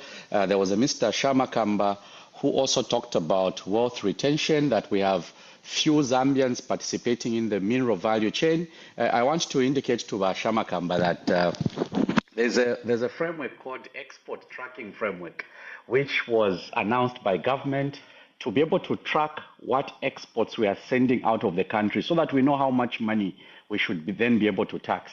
The government hasn't implemented this framework despite announcing it, despite being developing regulations. It hasn't been fully implemented. So we expect that if this can be implemented, and these are conversations we are taking to Parliament. I have a long list of motions, long list of proposals in the next 8 months before Parliament is dissolved.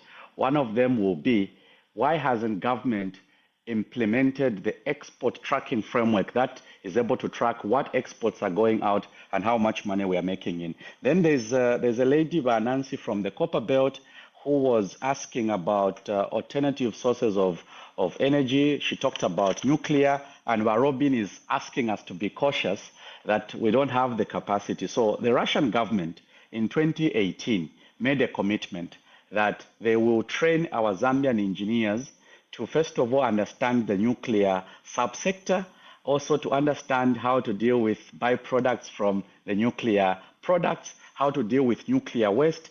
Unfortunately, that MOU which was signed between Zambia and Russia has not been utilized. I don't know the current position of government at the moment because they have not stated their position on nuclear. So Robin and Nancy, nuclear is an alternative but we have what I may call housekeeping issues we need to do.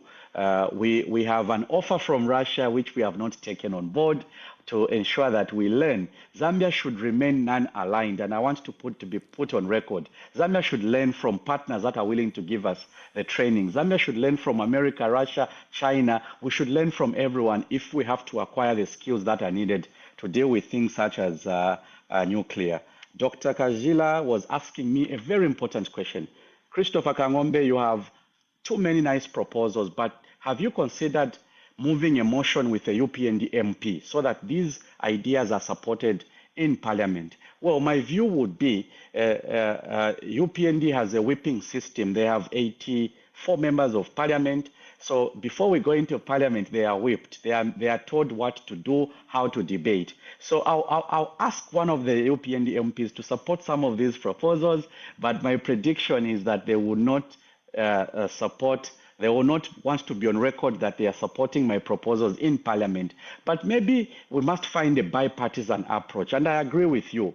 Even the bills we've been rejecting in Parliament, the cyber bills, the amendments to the Republican Constitution, if there was a bipartisan approach, would then agree as opposition and the ruling party on what should be amended before we even go to Parliament. So, Doc from Canada, I agree with you that we've not exploited fully the bipartisan approach option to ensure that we debate less, we argue less in Parliament, we win more for the people of Zambia. It is something that I think we need to consider. But Kajila asked me, Christopher, what are your plans for next year? I'll be announcing in December whether I'm contesting as president in 2026 or 2031. For now, I'm in a consultative process.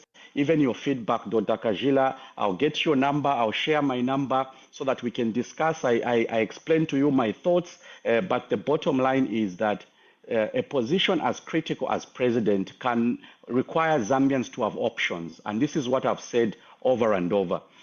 President Hakainde will never be president forever. President Kaunda was never president forever. There was Dr. Kaunda, there was Chiluba, there was Mwanawasa, Rupia Banda, Michael Sata, even the current president, at some point he will no longer be president. Zambians will need to start looking at other options for the future. So Thank you, I would Honorable. want to be an option for the future. Thank you, Honorable Kang'ombe. Thank you very much. Just hold the thought. Just hold the thought. Okay. Honorable Kang'ombe, just hold the thought. Just hold the thought. Let's take some more. I know you're going to answer the others as well. Let's just take the... hello, caller. Please tell us your name and where you're calling us from.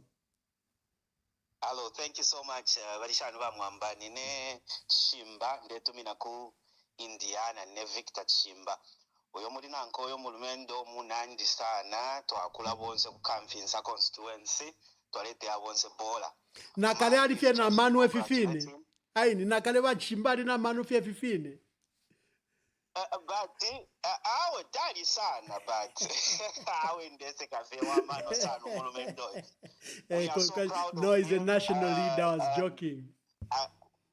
And mine is to just congratulate him and tell him that all his friends were in support of what he's doing, and we wish him good and God's blessings. Thank you so much. Oh, wonderful, wonderful.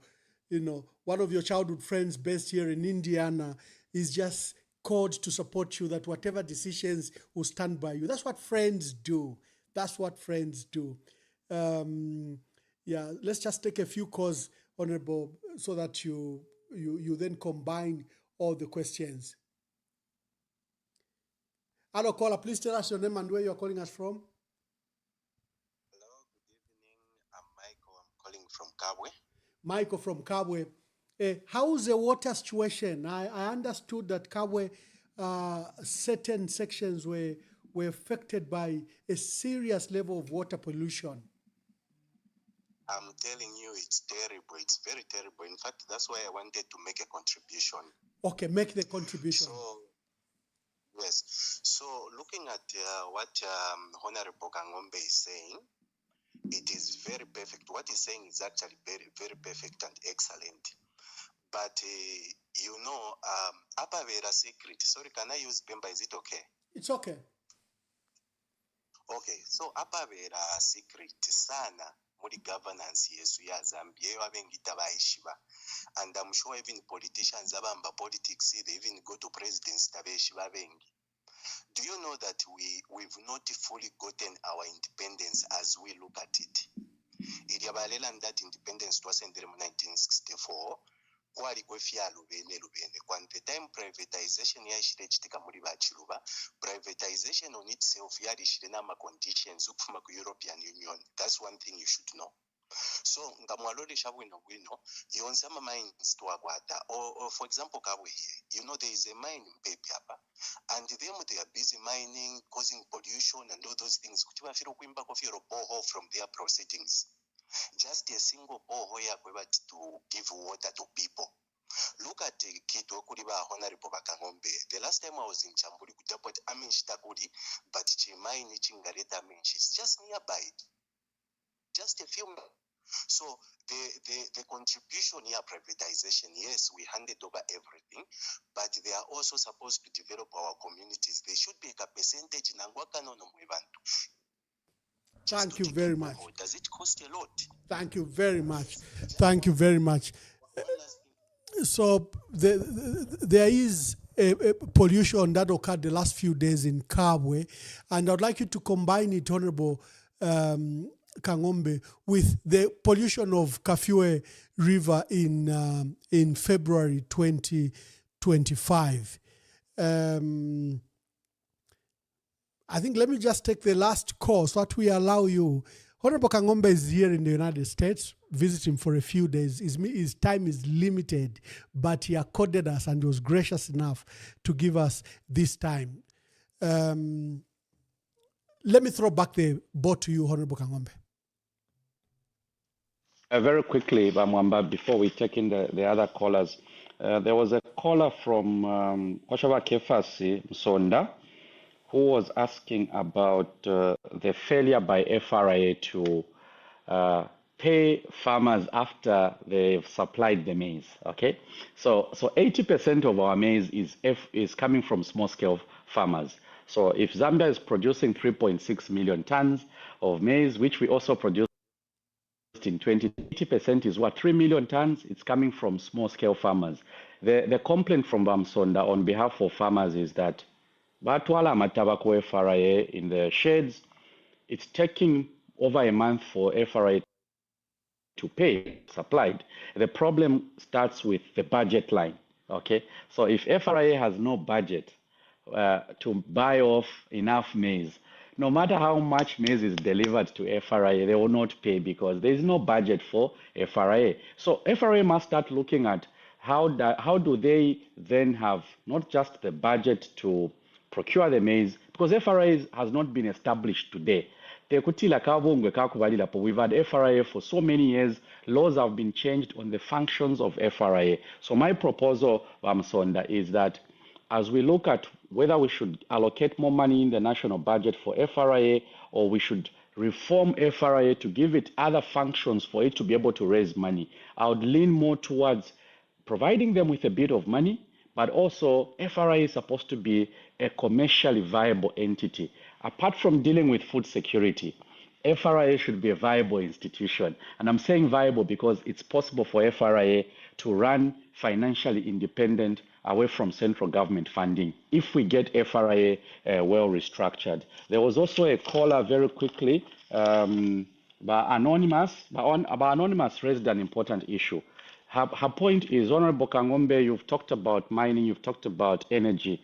You sound competent in what you are explaining. And what is the difference between you and others that have suggested solutions, especially on electricity? First of all, without blowing my trumpet, I want to indicate that I was equipped with skills in electrical engineering from the university. I worked in Mopani copper mines, I worked in Luansha copper mines, and I worked in another company called Atlas Copco. So when I say Dangote is producing their own electricity, I'm not making up a story which has been copied from a foreign country. I've been in Tundola, I know the technology which is in Ndola. Dangote buys its coal from Sinazongwe into Ndola, and they produce electricity. It's possible for other mining companies to produce half of the electricity and the half should be provided by ZESCO. This was my proposal in Parliament. We debated it. Of course, the minister agreed with me. Because of the polarization in Parliament, there were MPs from UPND who did not agree with me. But I think after the minister spoke, they realized that Christopher Kang'ombe was on firm ground. 50% mining companies should produce their own electricity. 50% ZESCO should be allowed to supply the power into the grid, into the mining companies. So that is the difference, my dear sister, between me and others who may have other solutions. Christopher knows what he's talking about. There was also a caller from, I think it was Robin, who was the last caller. There was a caller from Kabwe who was asking about the issue of returning income from mining into the local community. Okay, so I sat with a young man in Solwezi. I think there's a young man who's been very active in community work. We sat the last week when I was in Solwezi. He was asking me, MP, could there be a way in which you can take a proposal to Parliament to ask that part of the income coming from a respective province or district should be returned into the local community? And it aligns with what the caller from Kawe is saying. Because of the poor quality of water that people are drinking in mine areas, could mining companies do more for the water sector? Could they provide more water to our people as part of their corporate social responsibility? Unfortunately, there is no law on CSR. There is no law which compels any mining company to spend money on water or any particular sector. But it's a conversation that has to go to Parliament again to discuss how government can engage these particular mining companies. I think the last caller was Victor, who was basically wishing me success. This is a childhood friend of mine from Undeke village in Kitwe. I think those were some of the callers. Yes, let's take some more calls. Hello, caller, please tell us your name and where you're calling us from. This should be the last set of calls. We allow Honorable Christopher Kang'ombe to go to other engagements. Good evening, Engineer. My name is Engineer Simwase, calling you from Zambia. First question I have for you, MP. How can we improve the efficiency of the council? We've continuously seen the council struggling, and I know you're very strong in terms of your leadership, your experience as a councillor, as a mayor. How can we just improve that bit of the efficiency of the council? Thank you. Okay.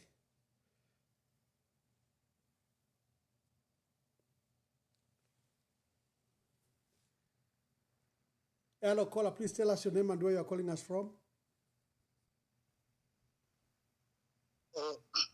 Good evening, Mr. Mwamba. Good evening. Honorable.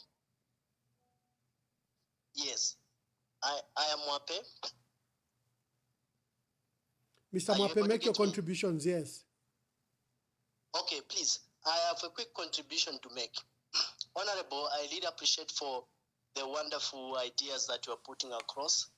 My main concern as a youth has been basically on why we as a country, keep sending soldiers, ZNS, police, to guard all these new mine discoveries, when actually, according to my mind, I feel the government should actually partner with these people, create, cooperatives where we start, producing our own selves. In other words, I'm trying to say that the solution that we've been looking outside there has actually been lying within ourselves. If the government can prioritize cooperatives and, we look at industrialization, we can develop as a country. Thank you so much. I really look forward to sitting down with Honorable one day. I appreciate. Wonderful, wonderful. Caller, if you're calling, just call now because we'll be closing the phone lines. We'll be closing the phone lines to allow Honorable Christopher Kang'ombe attend to other earlier engagements, but it's been gracious. It's been 2 hours with us already.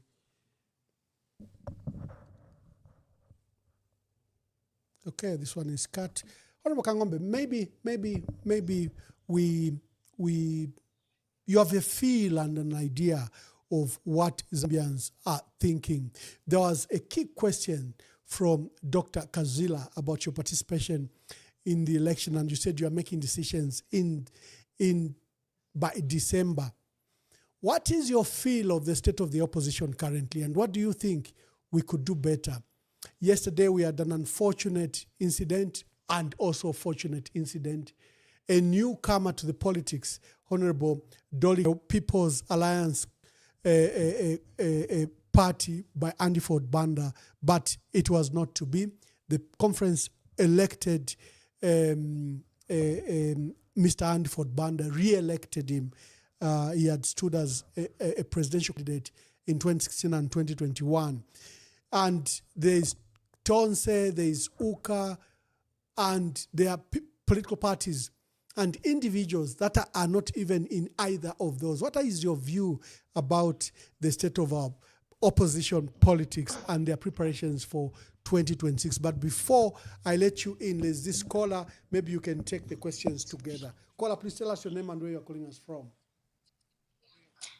Good evening, Ambassador. My name is Christine. I have just one simple question for Honorable Kang'ombe. With the current crisis we've got in the energy sector, what we hear from the government is that when they came into power, they found the PF had already signed contracts of export with other countries. But looking at the state of the energy sector now, looking at how many hours of load shedding we've got now, compared to what we had in the past, what they say does not much. So I just want Honorable Kang'ombe to confirm with us if really, when the UPND came into power, they found the PF had already signed contracts and they just followed what the PF had already signed. Thank you. Okay, thank you.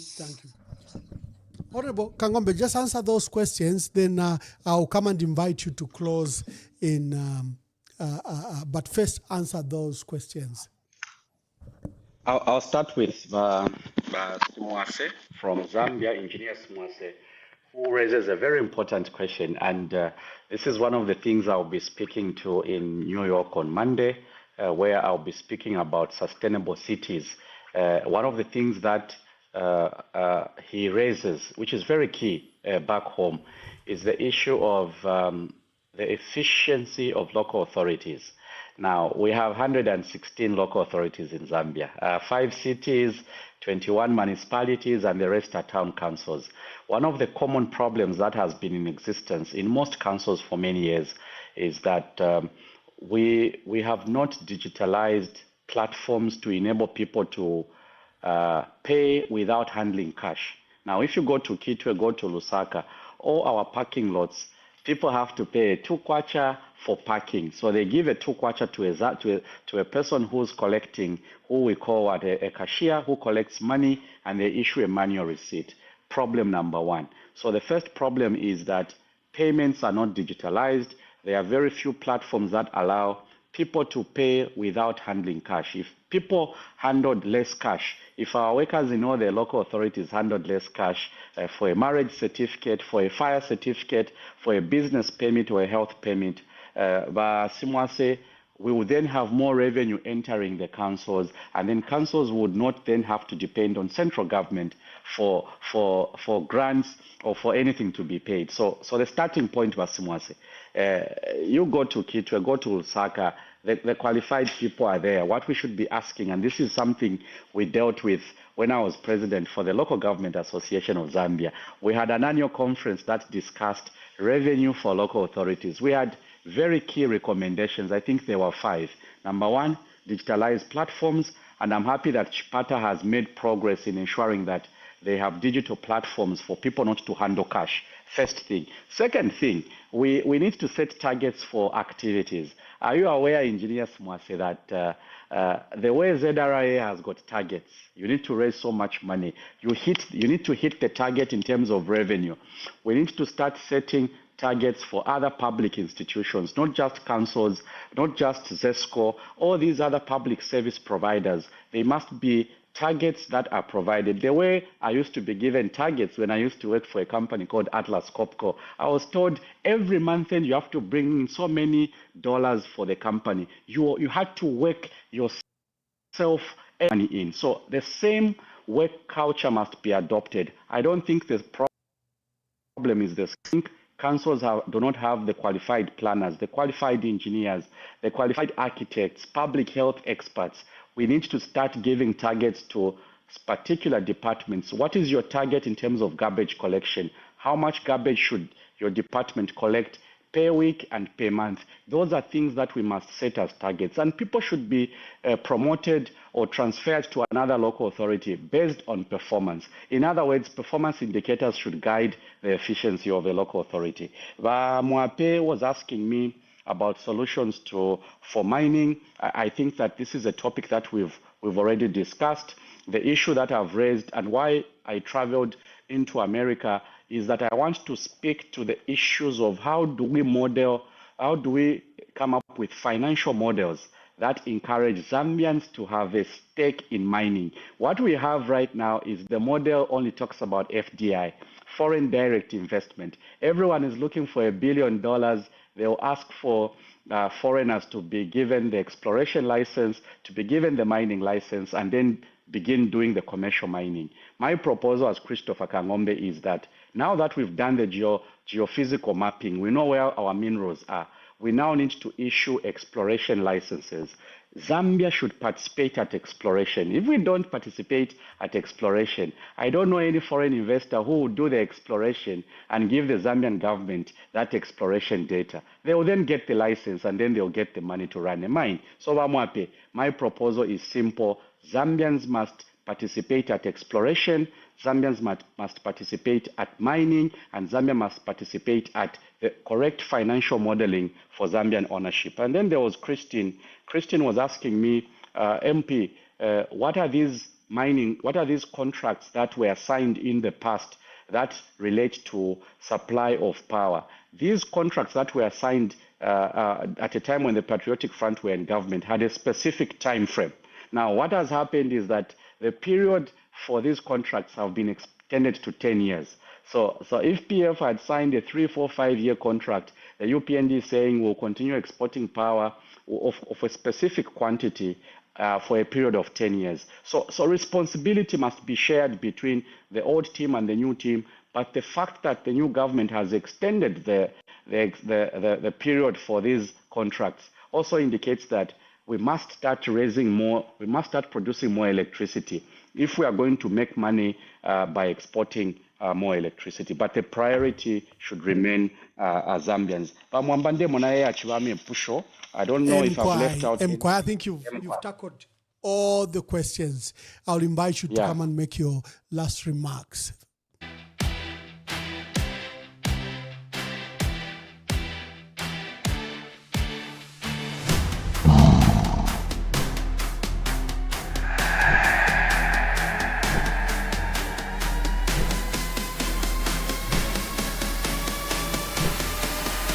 We bring you guests that challenge the narrative, unveil what power hides,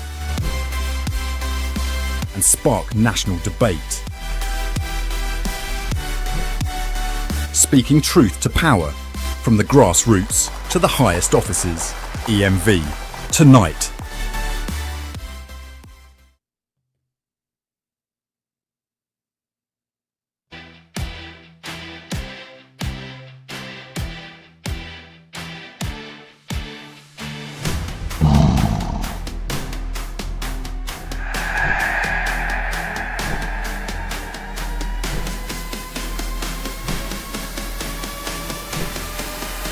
We bring you guests that challenge the narrative, unveil what power hides, and spark national debate.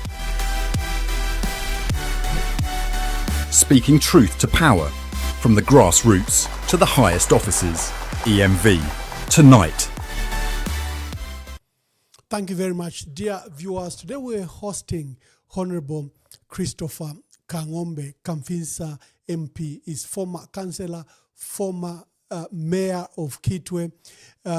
He was president of the local government association of all, an association of councils, the mayors and council chairpersons of a body. He was president of that. He's currently member of parliament for Kamfisa, and is visiting the United States to determine where we are going. Honorable Christopher Kang'ombe, let me just bring you in. What are your last remarks? And thank you for coming to these programs. But what are your thoughts about Zambia as we go towards elections? There are threats against peace. There are threats against national security. The preparations we are making, for example, towards elections, there are concerns around voter registration. There are concerns around the Electoral Commission of Zambia itself, if it is capable of delivering a free and fair elections. What are your thoughts as the country prepares for next year's elections, and what are your last remarks? Well, first of all, Mwamba, I want to thank you once again for allowing me to be on this platform to just interact with the callers and also share my thought for us to replace politics of ideas, politics where I sit down with you, we argue about how certain things are being done, but at the end of the day, we have a drink and say, despite our different political parties, we are Zambians and Zambia must win. So I'm grateful that you gave me this opportunity to share my ideas on how we can develop our country. There are 5 things that I want those that have tuned in to take away as takeaways.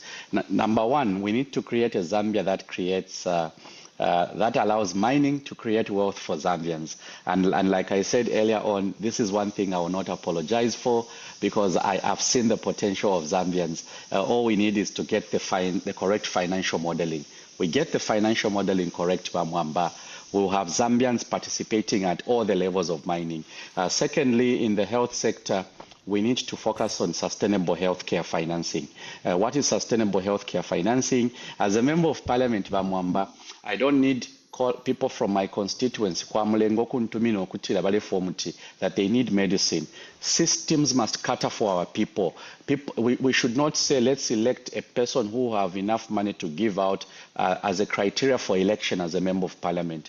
The best members of parliament should be those that understand systems. One of the systems that has to be gotten correctly is healthcare financing. I'm here in America. One of the topics I want to discuss and learn from people that are in America who are Zambians, learn from experts in the public policy space, is how do we ensure that we get healthcare financing correctly in Zambia. There must be some lessons here in advanced economies, how they've done it.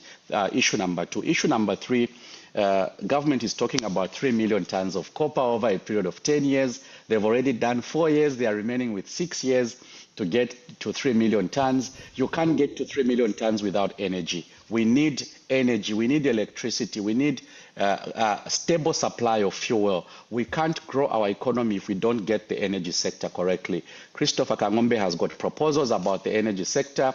The proposals I've made are that we need transparency in the sector.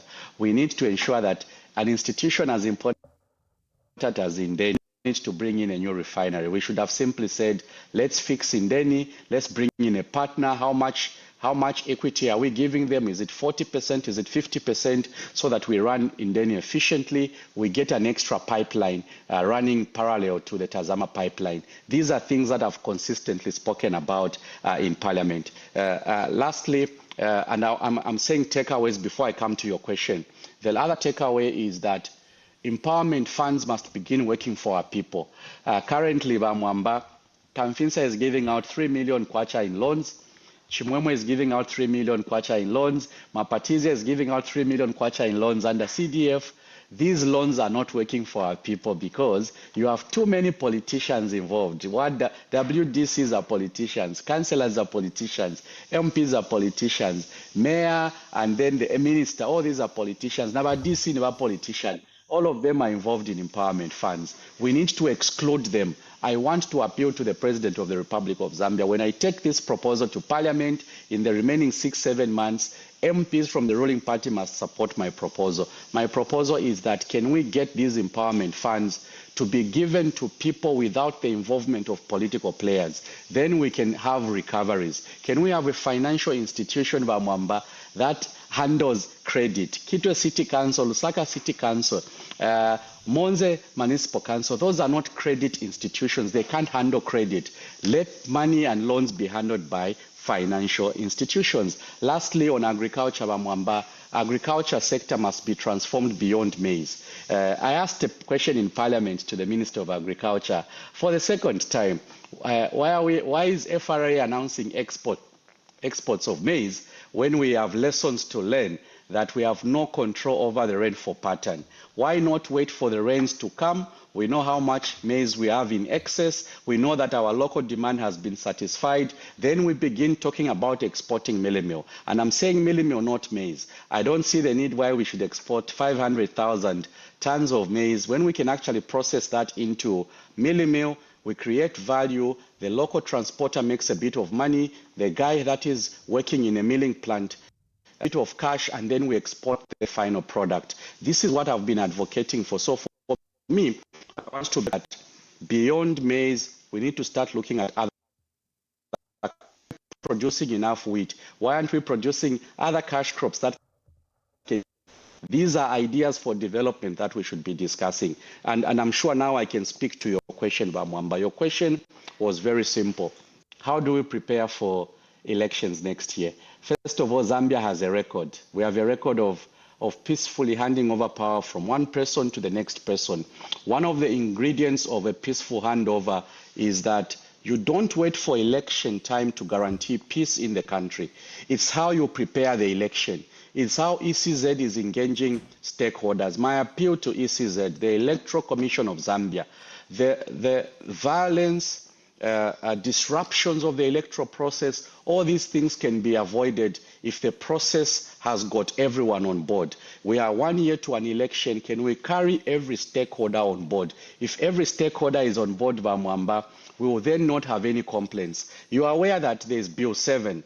There are plans by government to bring back Bill 7 to amend the Constitution. One of the things that people have been asking is, which ones are the constituencies that are earmarked for delimitation? Okay, because I know UPND has got the numbers in Parliament. If we were to vote today, I'm very certain that they have the numbers to push any legislation into Parliament and they'll pass it through. But that's not the issue. The issue is that for as long as key stakeholders are left behind, the process will not have legitimacy. Legitimacy can only be acquired by allowing people to participate in the constitution-making process. Let's not rush a process without getting the buy-in from people. If people have the buy-in, if transparently we know which constituencies are earmarked for delimitation, we will then be able to scrutinize how were these arrived at. That is the essence of democracy. So, Mwamba, it is possible that we can achieve an election that everyone then accepts the outcome. And what is that thing that we have to do for people to accept the outcome of the election is to allow every stakeholder, political parties to sit in meetings where we are planning how many voters will be captured, which districts require more voter registration, NRCs to be issued. Those are ingredients for a good election. So my appeal to ECZ, don't leave the stakeholders behind and expect a fair election next year. We can achieve a fair election next year if every stakeholder, especially the opposition, are allowed to be part of the process of engagement. For me, that is one thing that I want to raise today as we wind up. Lastly, the cyber laws, I want to be put on record. It's possible for citizens to feel that their rights are protected if we don't have laws that allow law enforcement officers to infringe on people's rights to communication. The Cyber Crimes Bill has got good provisions. The Cyber Security Bill has got good provisions, but it also has got bad provisions. What we need to be discussing is how do we remove the bad provisions? How do we ensure that the Public Order Act, as we go into election, it is amended? I'll be raising these issues in Parliament as we open to ensure that the public gatherings bill, which government is working on, is quickly brought to Parliament. We look at its contents. If it's different from the Public Order Act, I think then we'll be able to clean it up so that it protects the rights of citizens to campaign and to associate themselves with their political parties. Mwamba, I'm very grateful for having invited me. On Saturday, I'm in Arizona for a town hall meeting with Zambians. On Monday, I'll be in New York for another engagement with various stakeholders on sustainable cities. Thank you very much, Christopher Kang'ombe. And to our community of Zambians here in the United States, Honorable Kang'ombe has a meeting tomorrow in Phoenix, Arizona. He flies to New York for another meeting before he finally goes home. But you can get in touch with me. You don't have to really be in all those places to speak to him. I can pass on his number to you and you can contribute. And Honorable Kang'ombe, I hope that your colleagues can stream live your engagement in Arizona. We can see how we can facilitate the process. I would like to thank Honorable Kang'ombe for making an appearance. We have a series of other guests next week, and we might have a diaspora forum on Sunday, but we'll let you know. Today, we're pioneering something new. There were some initial glitches at the beginning, and that's why we started the program late. We went live on TikTok. We went live on X. We went live on other platforms, Facebook page. We've primarily been focusing on Facebook and one page on YouTube. But today, we carried various YouTube channels. My channel, Grindstone, and others were live on YouTube, on TikTok, on Facebook, and on X. We want to have a far and wide reach for our audience as we paddle towards next year's elections. We have to give you an array of leaders so that you appreciate the reservoir of leadership that our country has. And they come together maybe to provide a formidable challenge to the current government. It's not an issue of just removing President Hakainde Hichilema. No, it's not. It's an issue of making our country better, providing better policies, assembling a better team than what is currently obtaining, and remove the disunity and the fracture that our country has begun to face that might threaten our national peace and security. So God bless you. Thank you for the opportunity that you gave us, and thank you for Honorable Christopher Kang'ombe. God bless you, and we'll see you on Sunday. I think we have a program on Sunday.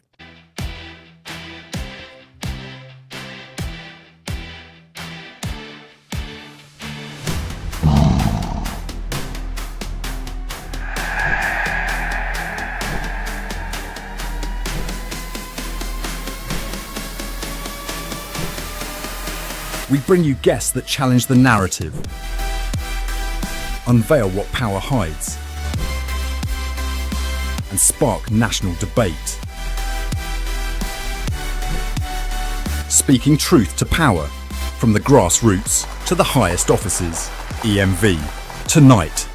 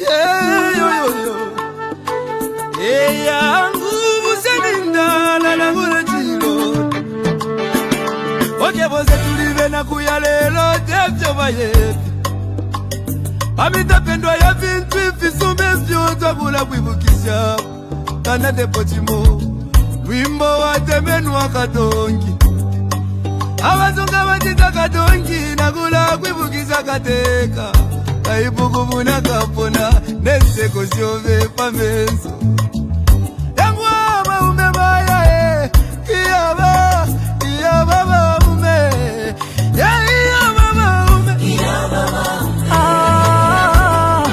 kateka wabantu twakulira lelo twakulira shika kukonke milimo shove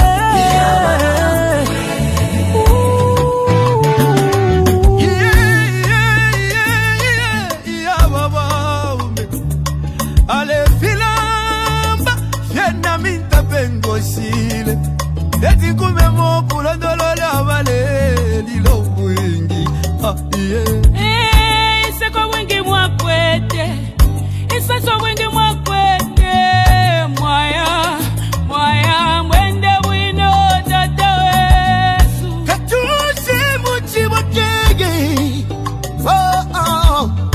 wali bomba kale lomba mwatuja tulelilake mupangana chiba penda upanga mwine oya mwine ide lalila lalila lalila yangu ya mama ume ala nacho mwavye mama